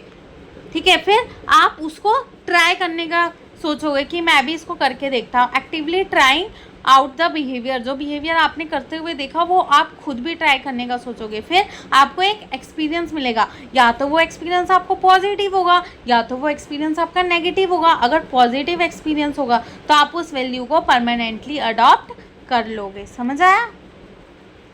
नेक्स्ट टॉपिक है सोशलाइजेशन। सोशलाइजेशन क्या होता है, एक ऐसा प्रोसेस जिसके थ्रू एक पर्सन क्या सीखता है, social behaviour, culture, custom, values. ये किस चीज़ में हेल्प करता है किसी एक इंडिविजुअल को, कि वो रिस्पॉन्सिबल बने और एक सोसाइटी का मेंबर बने। किस चीज़ पे एम होता है सोशलाइजेशन की, कि हम सोशल नॉर्म सीखें, पर्सनालिटी अच्छी बनाए, कम्युनिकेशन स्किल अच्छी बने, रिस्पॉन्सिबिलिटी अंडरस्टैंड करें और सोसाइटी को अडॉप्ट करें। किस किस चीज़ों से हम सोशलाइजेशन होते हैं, सबसे पहले फैमिली। सबसे पहला जो हमारा होता है ना फैक्टर, वो फैमिली होती है। क्यों, क्योंकि फैमिली में ही हमें सिखाया जाता है कि रिस्पेक्ट करनी चाहिए, डिसिप्लिन फॉलो करना चाहिए, ऑनेस्टी फॉलो करनी चाहिए। फैमिली हमारा फर्स्ट स्कूल होता है, प्राइमरी सोर्स ऑफ लर्निंग हमारी फैमिली होती है। फिर एजुकेशन, अब हम फैमिली के बाद तो स्कूल ही जाते हैं ना, तो यहाँ पे हमें क्या पता चलता है कि हमें क्या क्या करना चाहिए, टीम वर्क में काम करना चाहिए, मॉरल तरीके से मॉरल एजुकेशन मिलती है हमें।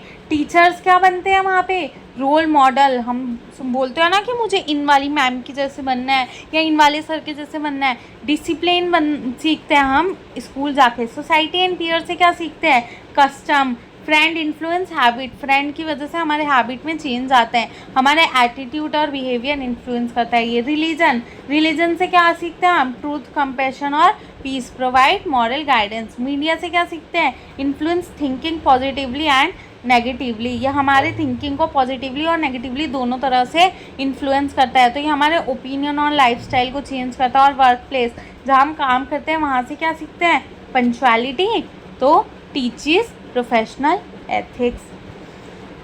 नेक्स्ट क्या है, socialisation is the hidden mechanism that turns individual employees into a unified high performing corporate culture.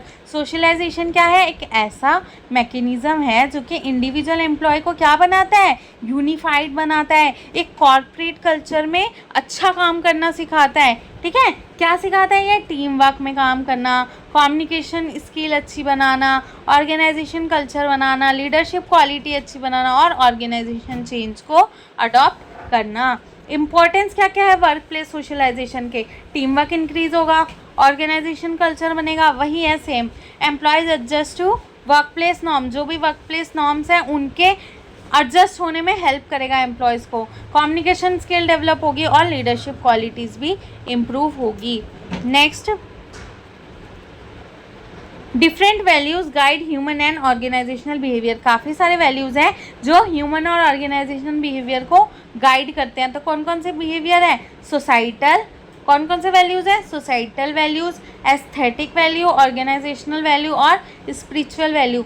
Societal value किस चीज़ से रिलेट होगी, वही नॉर्म्स, एथिक्स और कम्युनिटी से। एस्थेटिक क्या होता है, beauty, harmony and creative expression से। Organizational value, professional conduct, efficiency and goal, company से रिलेटेड सीखते हैं हम इससे। और spiritual, connection beyond the material, मतलब हम जैसे पूजा पाठ वाला हो गया ना, शांत रहना, अपने माइंड को काम रखना, ये सारे स्पिरिचुअल वैल्यूज़ में आ जाएगा। देखो वन बाय वन पढ़ते हैं। सोसाइटल वैल्यू क्या होती है, values accepted by society for maintaining harmony and order. ऐसी वैल्यूज जो पूरी सोसाइटी के द्वारा एक्सेप्ट की जाती है ताकि उस सोसाइटी में हार्मोनी एंड ऑर्डर बना रहे। इंपॉर्टेंस क्या है इसकी, मेंटेन सोशल पीस, एक शांति बना के रखता है, यूनिटी इनकरेज करता है, एथिकल बिहेवियर इनकरेज करता है और कॉन्फ्लिक्ट कम करता है सोशली, जैसे कि इक्वालिटी, जस्टिस, रिस्पेक्ट, कोऑपरेशन। ठीक है। एस्थेटिक वैल्यू ये क्या होती है, वैल्यू रिलेटेड टू, ऐसी वैल्यू जो beauty, creativity, art, appreciation of quality. जैसे अगर कोई किसी की तारीफ़ करे कि भाई आपकी ना ड्रेस काफ़ी सुंदर लग रही है, आप काफ़ी सुंदर लग रही हो, तो वो किस में आ जाएगा, एस्थेटिक वैल्यू में। इंपॉर्टेंस क्या है, attractive product design, better office environment, environment अच्छा बनेगा, सब लोग एक दूसरे की तारीफ़ करेंगे तो इन्वायरमेंट तो अच्छा बनेगा ना। कस्टमर सेटिस्फेक्शन अच्छा होगा, इनोवेशन एंड क्रिएटिविटी भी इंक्रीज होती है। एग्जाम्पल क्या हो गया, जैसे कि ब्यूटीफुल पैकेजिंग अट्रैक्ट कस्टमर, एक अच्छा ब्यूटीफुल पैकेजिंग किसको अट्रैक्ट करेगा, कस्टमर को। ठीक है। नेक्स्ट है ऑर्गेनाइजेशनल कल्चर बनाने के लिए कौन कौन सी चीज़ें हेल्प करती है, तो integrity, team work, innovation, customer focus, accountability और एक्सीलेंस। ये 5 चीज़ें होनी चाहिए तभी एक कंपनी का कल्चर स्ट्रॉन्ग बनता है। ठीक है। Create strong culture, decision making अच्छी करती है ये 5 चीज़ें, रेपुटेशन अच्छी करती है और एम्प्लॉयज़ को मोटिवेट करती है। नेक्स्ट क्या है, inner peace and ethical living. ये क्या होता है, spiritual value, value related to inner peace, morality, self realisation and ethical living. अपने अंदर की शांति, मॉरलिटी, सेल्फ रियलाइजेशन, अगर आपने कोई गलती करी है तो उसको मानना। ठीक है। अब बाद में अपने आप को अफसोस होना, और एथिकल लिविंग, एथिकल तरीके से जीना, समझ है। जैसे truth, peace, compassion, self control और non violence. Business impact, business पे इसका क्या इम्पैक्ट पड़ता है? रेड्यूस स्ट्रेस, स्ट्रेस कम होगा अगर आप अपने आप को शांत रखोगे। काफ़ी ज़्यादा वर्क प्रेशर है पर आप फिर भी शांत हो तो ये चीज़ अच्छी है ना। एथिकल लीडरशिप को प्रमोट करता है, इमोशनल बैलेंस अच्छा करता है और ऑनेस्टी को इनकरेज करता है। स्पिरिचुअलिटी और रिलीजन में क्या डिफरेंस है? इनर ग्रोथ अच्छा करता है ये, पर्सनल वो भी, और ये ऑर्गेनाइज बिलीव अच्छे करते हैं। यूनिवर्सल वैल्यू हो गया, ये स्पेसिफिक ट्रेडिशन हो गया, ये focus on peace, focus on ritual. Next, value crisis कैसे डायग्नोज कर पाते हैं? Occurs when ethical value decline in organisation and people prioritise profit over morality. ये चीज़ कब कम हो जाती है? एथिकल लोग कब कम रहना स्टार्ट कर देते हैं ऑर्गेनाइजेशन के अंदर? जब वो अपना प्रॉफिट देखते हैं ना कि मॉरलिटी। वो सोचते हैं कि कोई नहीं ना, करप्शन करते हैं, मेरा फ़ायदा हो रहा है ना। तो इस सिचुएशन में क्या होगा कि एथिकल प्रैक्टिसेस कम हो जाएगी। क्या लिखा है?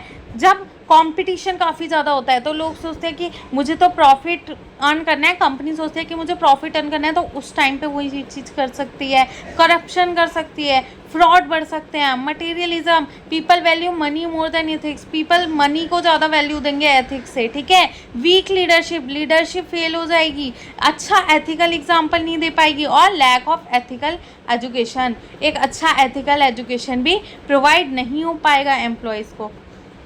इम्पैक्ट क्या होता है बिजनेस पे? लॉस, रेपुटेशन खराब हो जाएगी, कस्टमर डिस्ट्रस्ट करेंगे, मतलब ट्रस्ट कम हो जाएगा कस्टमर का, लीगल प्रॉब्लम्स आ जाएंगी और एम्प्लॉय क्या हो जाएंगे? डिससेटिस्फाई।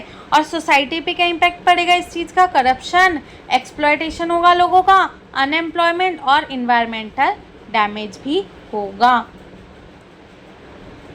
सॉल्यूशन क्या क्या है वैल्यू क्राइसिस के?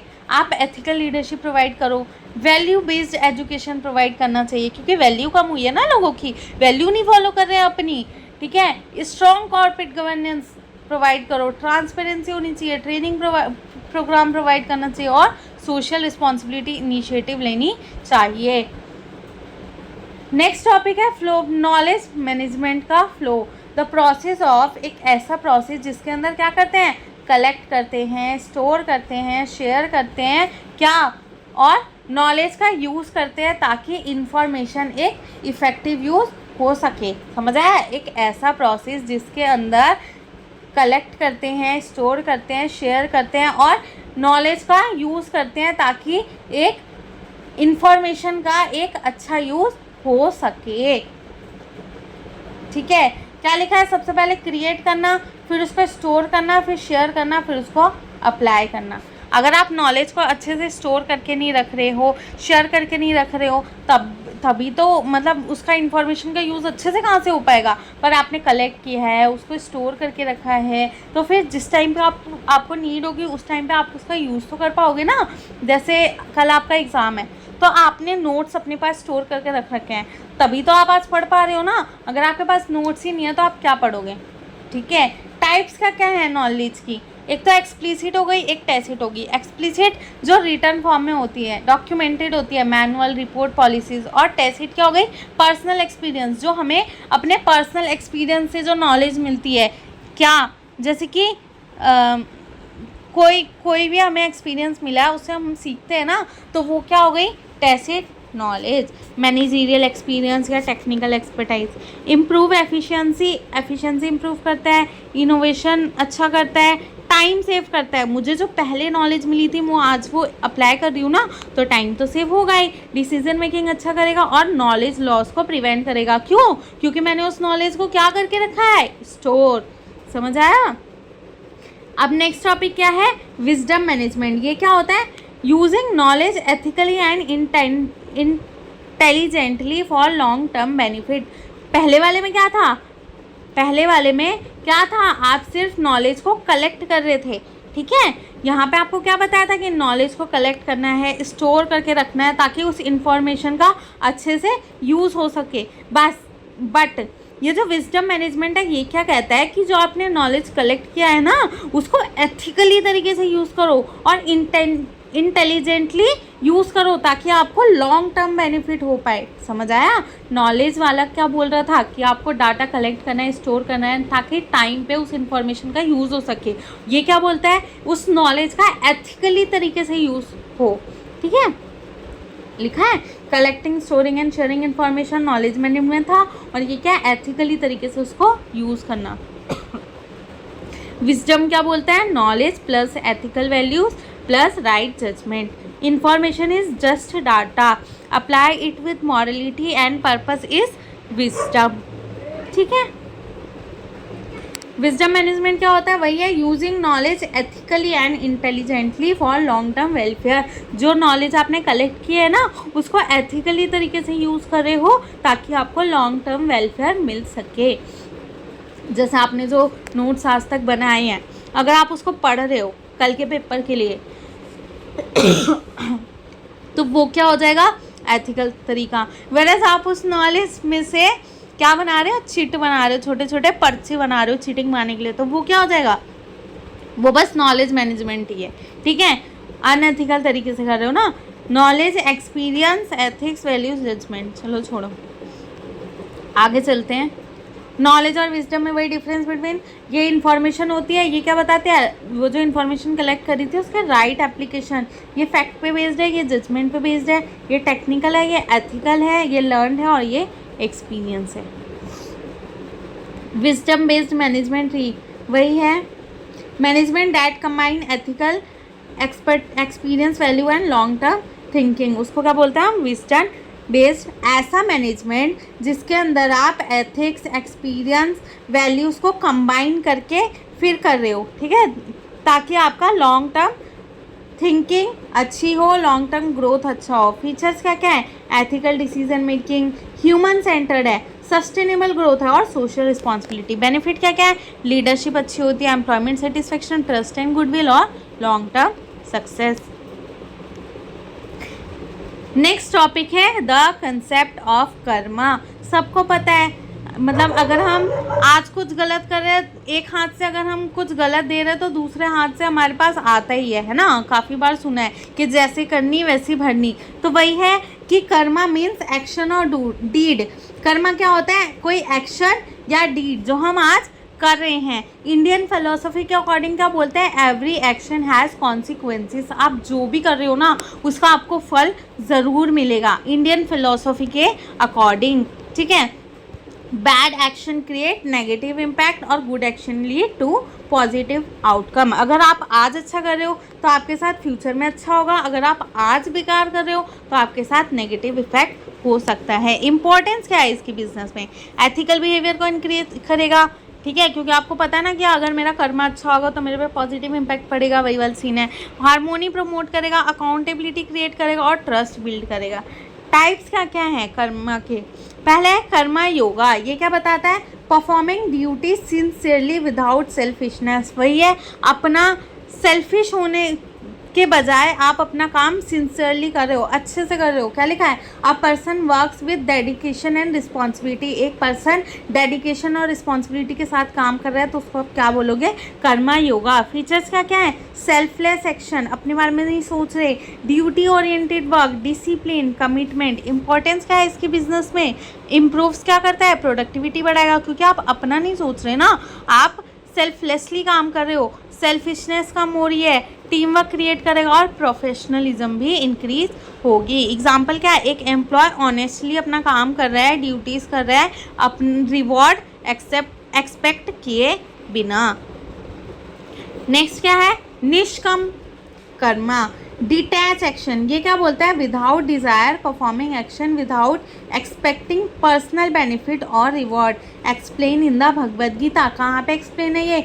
भगवद गीता के अंदर। वही है डिटैच एक्शन, ऐसा काम कर रहे हो जो डिटैच है आपके पर्सनल बेनिफिट और रिवॉर्ड से। फीचर क्या है? सेल्फलेस सर्विस है, नो अटैचमेंट है, रिजल्ट है, आपको कोई अटैचमेंट नहीं है।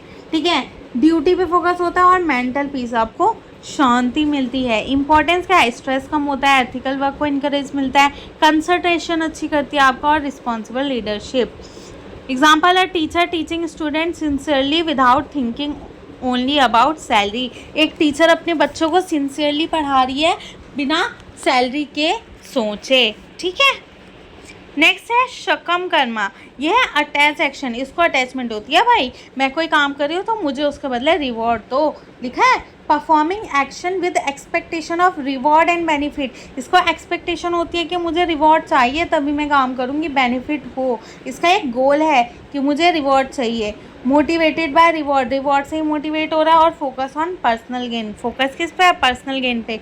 वर्किंग ओनली फॉर प्रमोशन और बोनस, सिर्फ प्रमोशन और बोनस के लिए ही काम कर रहा है। निष्काम कर्मा और शकम कर्मा में डिफरेंस, ये सेल्फलेस एक्शन था और ये सेल्फिश मोटिव के साथ काम करते हैं। इसमें कोई रिवॉर्ड के लिए नहीं सोचता था, बट इसमें रिवॉर्ड के लिए सोचते हैं। ये अपनी अंदर शांति के लिए करते थे, आंतरिक शांति के लिए, और ये स्ट्रेस एंड अटैचमेंट की वजह से ये ड्यूटी फोकस होता है और ये रिजल्ट फोकस होता है। समझ आ रहा है ना। नेक्स्ट है मॉरल इश्यूज इन बिजनेस, एक बिजनेस के अंदर कौन कौन से इश्यूज आते हैं। लिखा है businesses are expected not only to earn profit but also to follow ethical principles, honesty, fairness and social responsibility. Business के लिए क्या एक्सपेक्ट किया जाता है कि वो सिर्फ प्रॉफिट ना कमाए, वो सारे के सारे एथिकल प्रिंसिपल्स को फॉलो करे, ऑनेस्टी को फॉलो करे, फेयरनेस और सोशल रिस्पॉन्सिबिलिटी को फॉलो करे। ठीक है, मॉरल इशू फाइनेंस में क्या क्या आता है कि आपने जो अकाउंटिंग करी है ना वो फॉल्स प्रॉफिट उसमें शो कर रहे हो, लॉसेस छुपा रहे हो। ठीक है, ताकि आप इन्वेस्टर को अट्रैक्ट कर सको। इफेक्ट क्या होता है, इन्वेस्टर ट्रस्ट उसका कम हो जाएगा आपकी कंपनी के प्रति, लीगल पनिशमेंट मिल जाएगी, डैमेज हो जाएगा आपका रेपुटेशन। इनसाइडर ट्रेडिंग क्या होती है, using confidential company info for personal profit, जो भी कंपनी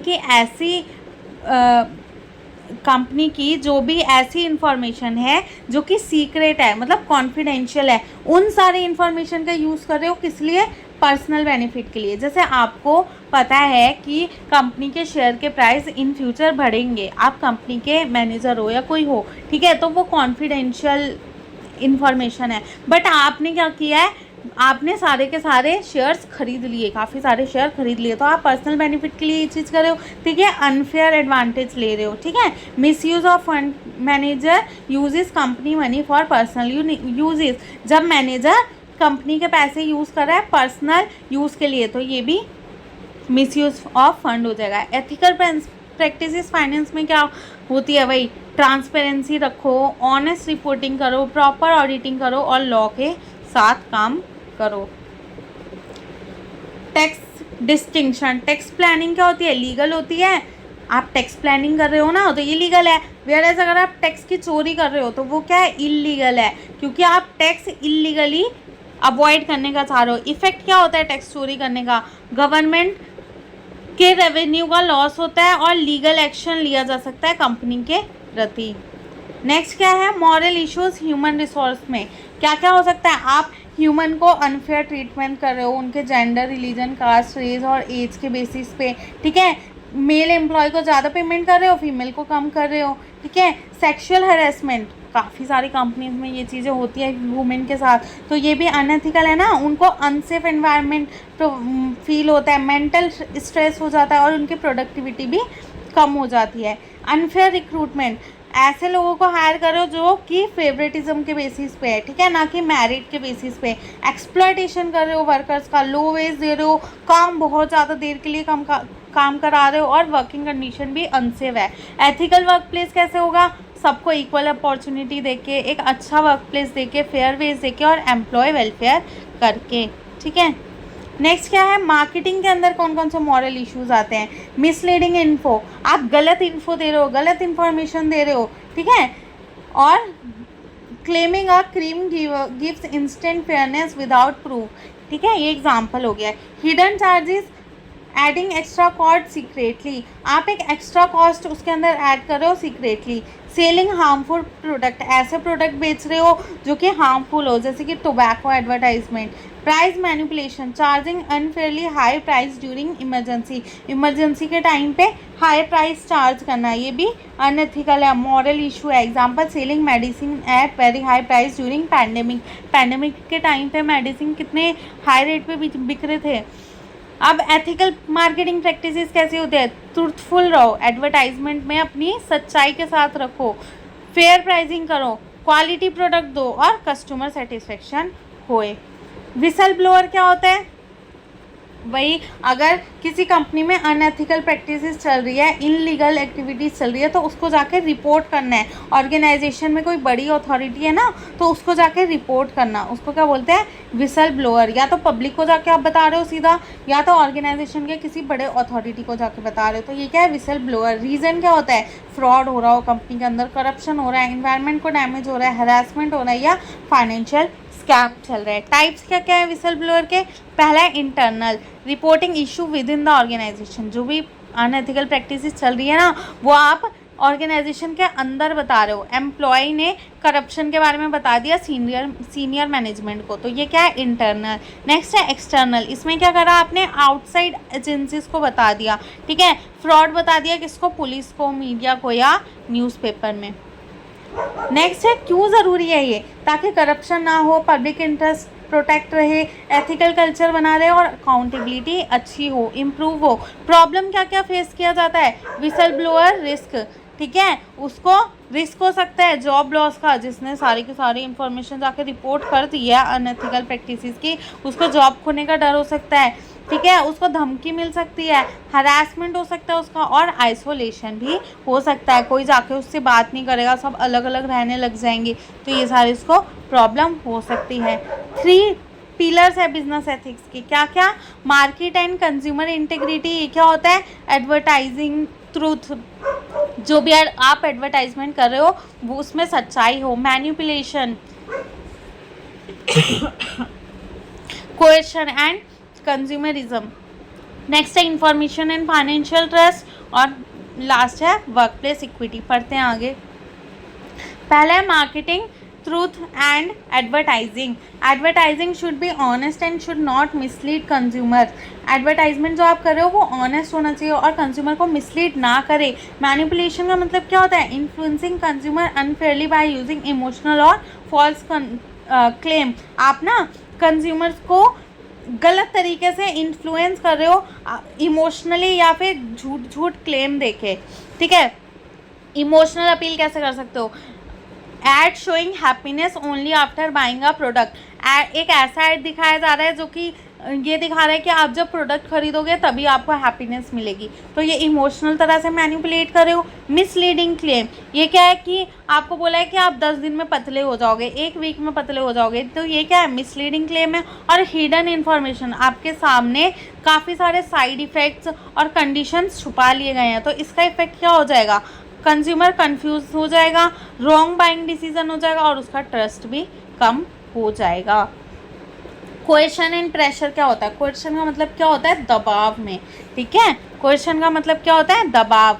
तो क्या लिखा है? फोर्सिंग और प्रेशरिंग कंज्यूमर इनडायरेक्टली। कंज्यूमर को प्रेशर तो किया जा रहा है पर इनडायरेक्टली तरीके से, जैसे उनको बोल दिया इस लिमिटेड स्टॉक है, या तो अभी खरीदो या तो बाद में पछताओ, तो ये इनडायरेक्टली तरीके से उन्हें क्या किया जा रहा है? फोर्स किया जा रहा है। प्रॉब्लम क्या क्या आ जाती है? क्रिएट फियर और प्रेशर, लोगों के अंदर डर और प्रेशर क्रिएट किया जाता है। और एक्सप्लॉइट वल्नरेबल कस्टमर्स को एक्सप्लॉइट किया जाता है।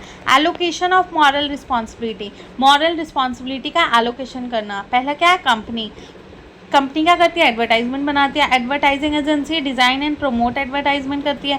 मीडिया क्या करती है? पब्लिश करती है एडवर्टाइजमेंट को। गवर्नमेंट क्या करता है? रेगुलेट करता है। और कंज्यूमर क्या करता है? शुड मेक इन्फॉर्म डिसीजन, वो डिसीजन लेता है। कंज्यूमरिज्म क्या होता है? आज सोशल मूवमेंट, ये एक ऐसा मूवमेंट है जो किस लिए है? ताकि वो कंज्यूमर के राइट और इंटरेस्ट को प्रोटेक्ट करा जाए। एक ऐसा सोशल मूवमेंट जो कि कंज्यूमर के राइट और इंटरेस्ट को प्रोटेक्ट करने के लिए है, उसको हम क्या बोलते हैं? कंज्यूमरिज्म। जैसे कि मैनिपुलेशन, हिडन इन्फो, कोएर्शन, इन सारी चीज़ों से कंज्यूमर को बचाना। समझ आ रहा है ना? नेक्स्ट क्या है? Trade secret. ये क्या होता है? Confidential business information that gives a competitive advantage. ऐसे सीक्रेट बिजनेस इंफॉर्मेशन जो कि कॉम्पिटिटिव एडवांटेज देता है। एग्जाम्पल क्या क्या है? जैसे कि कोका कोला फॉर्मूला कॉन्फिडेंशियल है ना, सीक्रेट है, और ये कॉम्पिटिटिव एडवांटेज भी दे रहा है। कस्टमर का डाटाबेस आपके पास है, ये भी आपको बेनिफिट दे रहा है। मैन्युफैक्चरिंग टेक्निक, ये भी बेनिफिट दे रहा है। इंपॉर्टेंस क्या है? इनोवेशन को प्रोटेक्ट करता है, मेंटेन करता है कंपटीशन को, और प्रॉफिट बढ़ाता है।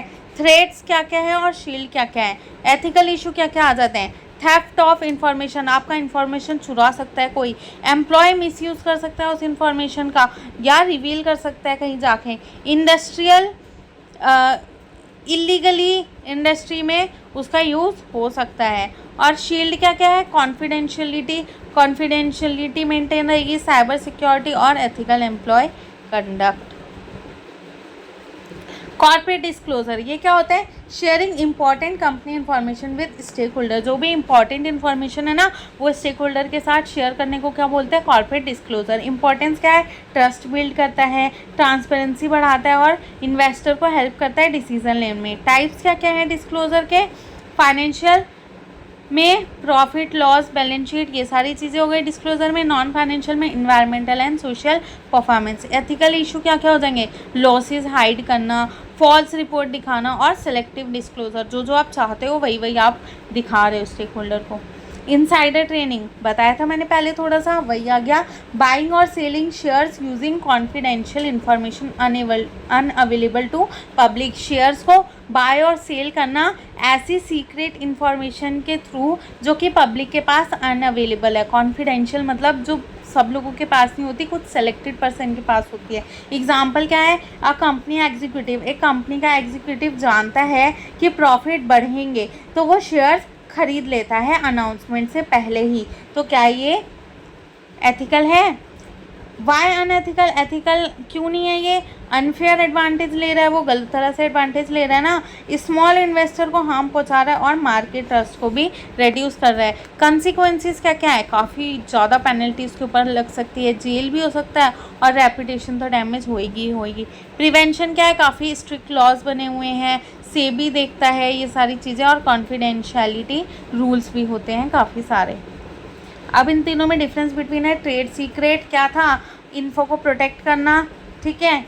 कंपनी प्राइमरी बेनिफिशियरी कौन होता है इसका, कंपनी, और वॉयलेशन क्या होता है, चोरी हो सकती है। कॉर्पोरेट डिस्क्लोजर, इंपॉर्टेंट इन्फॉर्मेशन किसको बताना है, स्टेक होल्डर को, पब्लिक स्टेक होल्डर लेता है इसका एडवांटेज और फॉल्स रिपोर्ट कर सकते हैं तो ये अनएथिकल हो जाएगा।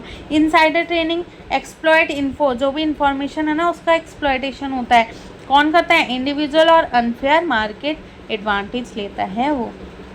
नेक्स्ट, इक्वल एम्प्लॉयमेंट अपॉर्चुनिटी, ये क्या है, providing equal chance of employment to all the people without discrimination, हर एक को इक्वल चांस ऑफ एम्प्लॉयमेंट दो बिना डिस्क्रिमिनेशन के, इसको क्या बोलते हैं, equal employment opportunity, no discrimination, किन चीज़ों पर डिस्क्रिमिनेशन ना हो, gender, religion, caste, race, disability, as.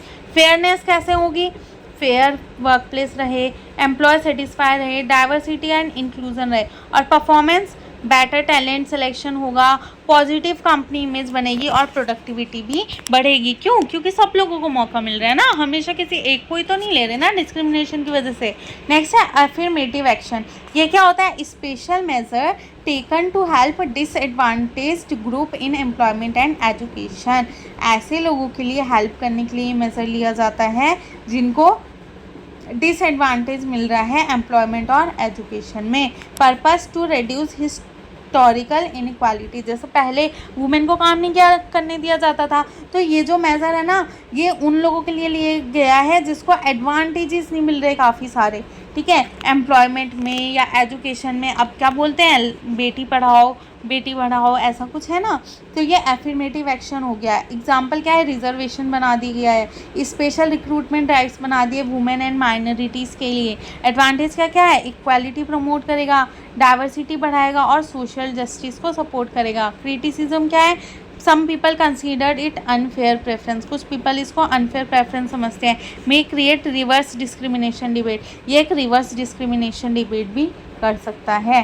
Preferential hiring, ये क्या होता है, giving priority in hiring to certain group, सिर्फ एक ग्रुप को ही, किसी एक ग्रुप को प्रायोरिटी दी जा रही है हायर करने के टाइम पे, ठीक है। Example, hiring local people first और hiring women for gender balance, सिर्फ और सिर्फ लोकल पीपल को पहले हायर किया जा रहा है या फिर वुमेन को हायर किया जा रहा है ताकि जेंडर बैलेंस हो पाए, तो एक ग्रुप को ही प्रायोरिटी दी जाती है। इम्प्रूव्स क्या करता है ये, रिप्रेजेंटेशन में reduce marriage based selection if misuse, अगर ये गलत तरीके से मिसयूज करेगा तो मैरिड बेस्ड सिलेक्शन को रेड्यूस कर सकते हैं, मतलब हो जाएगा। मार्केट कंज्यूमरिज्म को एक्सपेंड करना, a social movement to protect consumer right and interest, क्या है ये, एक सोशल मूवमेंट जो कि कंज्यूमर के राइट और इंटरेस्ट को प्रोटेक्ट करता है, जिससे क्या होगा, कंज्यूमर प्रोटेक्ट होंगे, प्रोडक्ट क्वालिटी इंप्रूव होगी और फेयर बिजनेस प्रैक्टिसेस होंगे। Balance of trade, consumer demand और कंज्यूमर राइट, कंज्यूमर को क्या मिलेगा, quality product, fair price, safety, honest advertising. Consumer को क्या क्या मिलेगा, क्या क्या राइट्स हैं उनके, हमें पता है ना क्या कौन कौन से राइट हैं, right to safety, right to information, right to choose, right to be heard, right to be redressal. Safety मतलब हमें सेफ्टी का राइट है कि हार्मफुल प्रोडक्ट ना मिले, हमें प्रोटेक्शन मिले।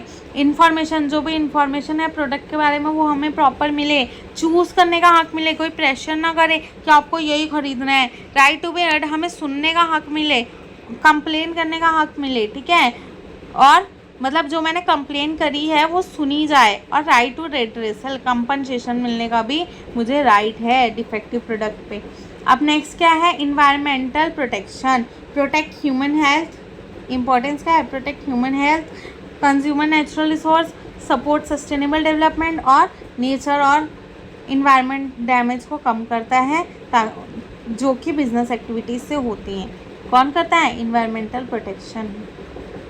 4 इन्वायरमेंटल एथिकल इश्यूज़ हैं। सबसे पहला पॉल्यूशन, एयर वाटर नॉइज़ में जो होता है कंपनी की वजह से। डिफॉरेस्टेशन, काफ़ी सारे फॉरेस्ट कट रहे हैं इंडस्ट्रियल यूज़ के लिए।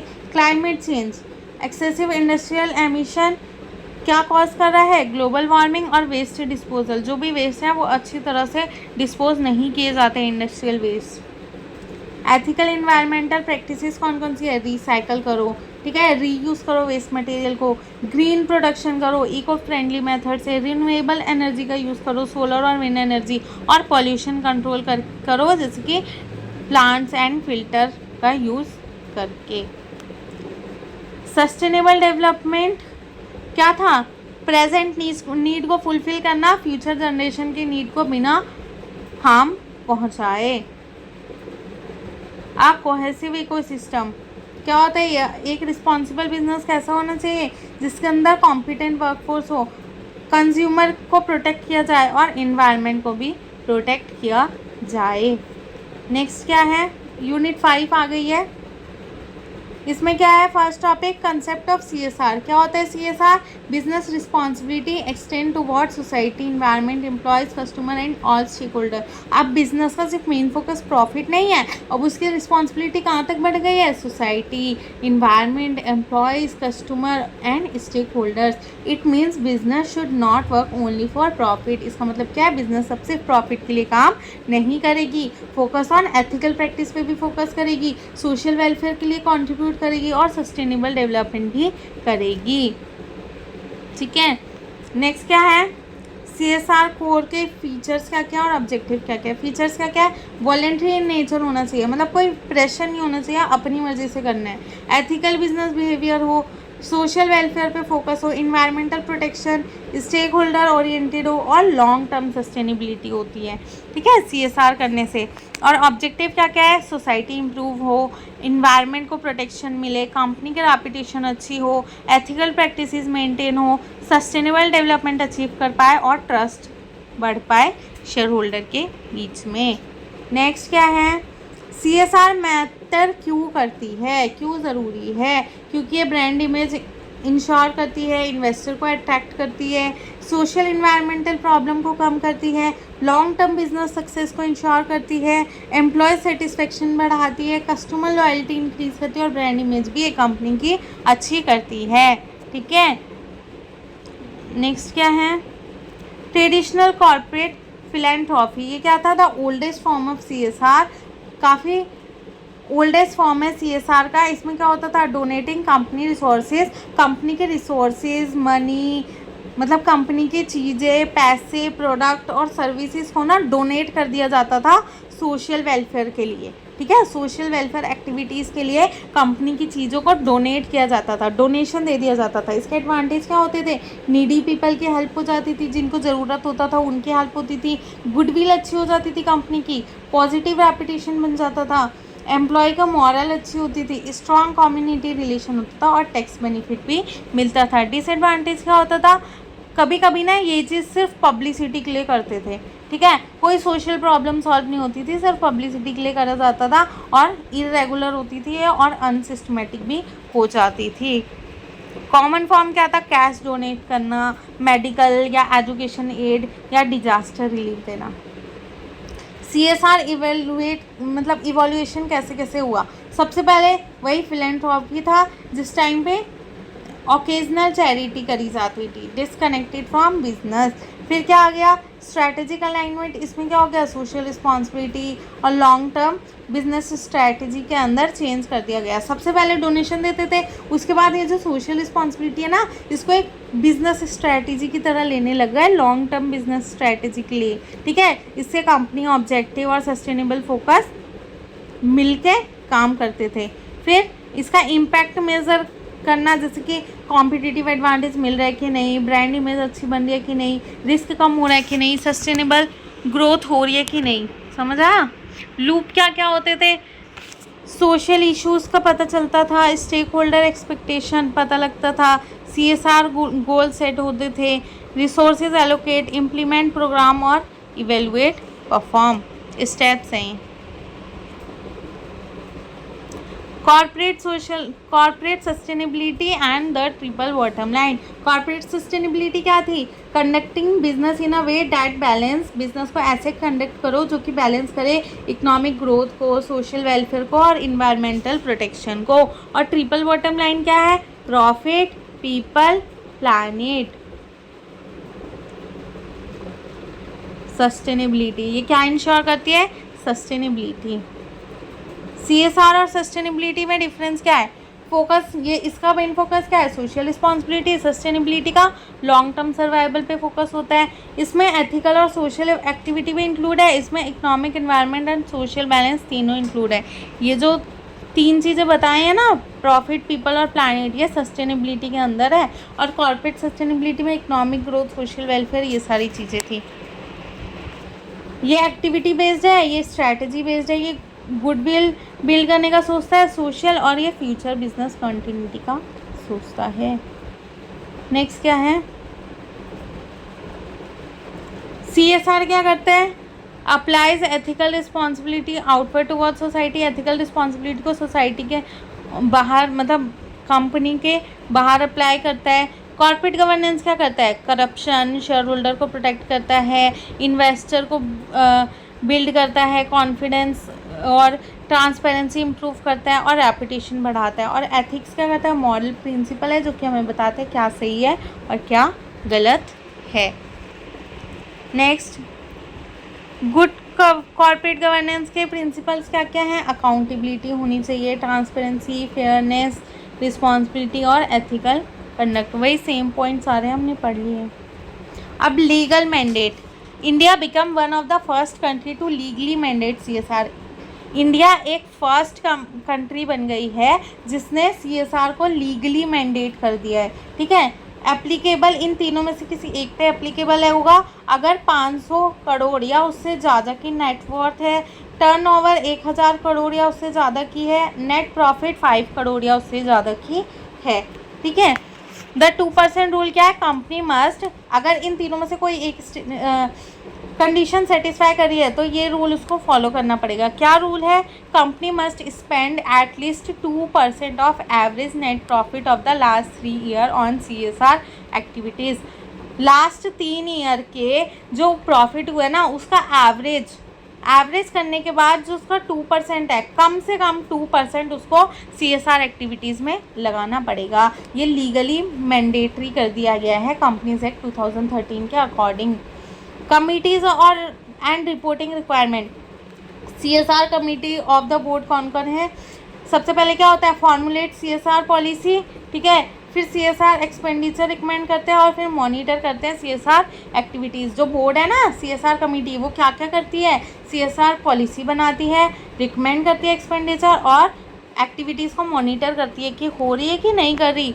मैंडेटरी डिस्क्लोजर क्या है, यही तीनों, CSR पॉलिसी, अमाउंट स्पेंड और CSR एक्टिविटी टेकन। क्या लिखा है, increase corporate accountability, social development increase करता है, legally encourage responsible business practice, legally तरीके से इनकरेज कर रहा है ये बिजनेस प्रैक्टिस CSR की तरफ। अप्रूव्ड एरिया कौन कौन से हैं CSR के अंदर, अप्रूव्ड एरिया कौन कौन से एरिया में कॉर्पोरेट सोशल रिस्पॉन्सिबिलिटी करनी है, शेड्यूल 7 के अकॉर्डिंग। हंगर एंड पॉवर्टी, ठीक है, एडुकेशन, फिर जेंडर इक्वालिटी के अंदर इन्वायरमेंटल सस्टेनेबिलिटी, नेशनल हेरिटेज के प्रोटेक्शन के लिए, रूरल डेवलपमेंट, हेल्थ केयर और disaster management. Corporate social responsibility वही है, सोशल और इन्वायरमेंट कंसर्न को एक साथ ला के अपने बिजनेस ऑपरेशन में और स्टेक होल्डर के इंटरेक्शन में। क्या लिखा है, integrating social and environmental concern into, social और इन्वायरमेंटल कंसर्न को इंटीग्रेट कर रहे हैं किसके अंदर, बिजनेस ऑपरेशन और स्टेक होल्डर इंटरेक्शन के अंदर। क्या क्या लिखा है, इससे क्या होगा, accountability, human right protection, transparency, ethical behaviour, respect होगी स्टेक होल्डर की और सस्टेनेबिलिटी। CSR मॉडल क्या मॉडल है, कैरोल्स पिरामिड है, क्या है ये, 4 टाइप मॉडल है। True social responsibility upon a foundation of economic and legal compliance, ये ट्रू सोशल रिस्पॉन्सिबिलिटी बताता है किस चीज़ के बेस पे, इकोनॉमिक एंड लीगल कंप्लायंसेस।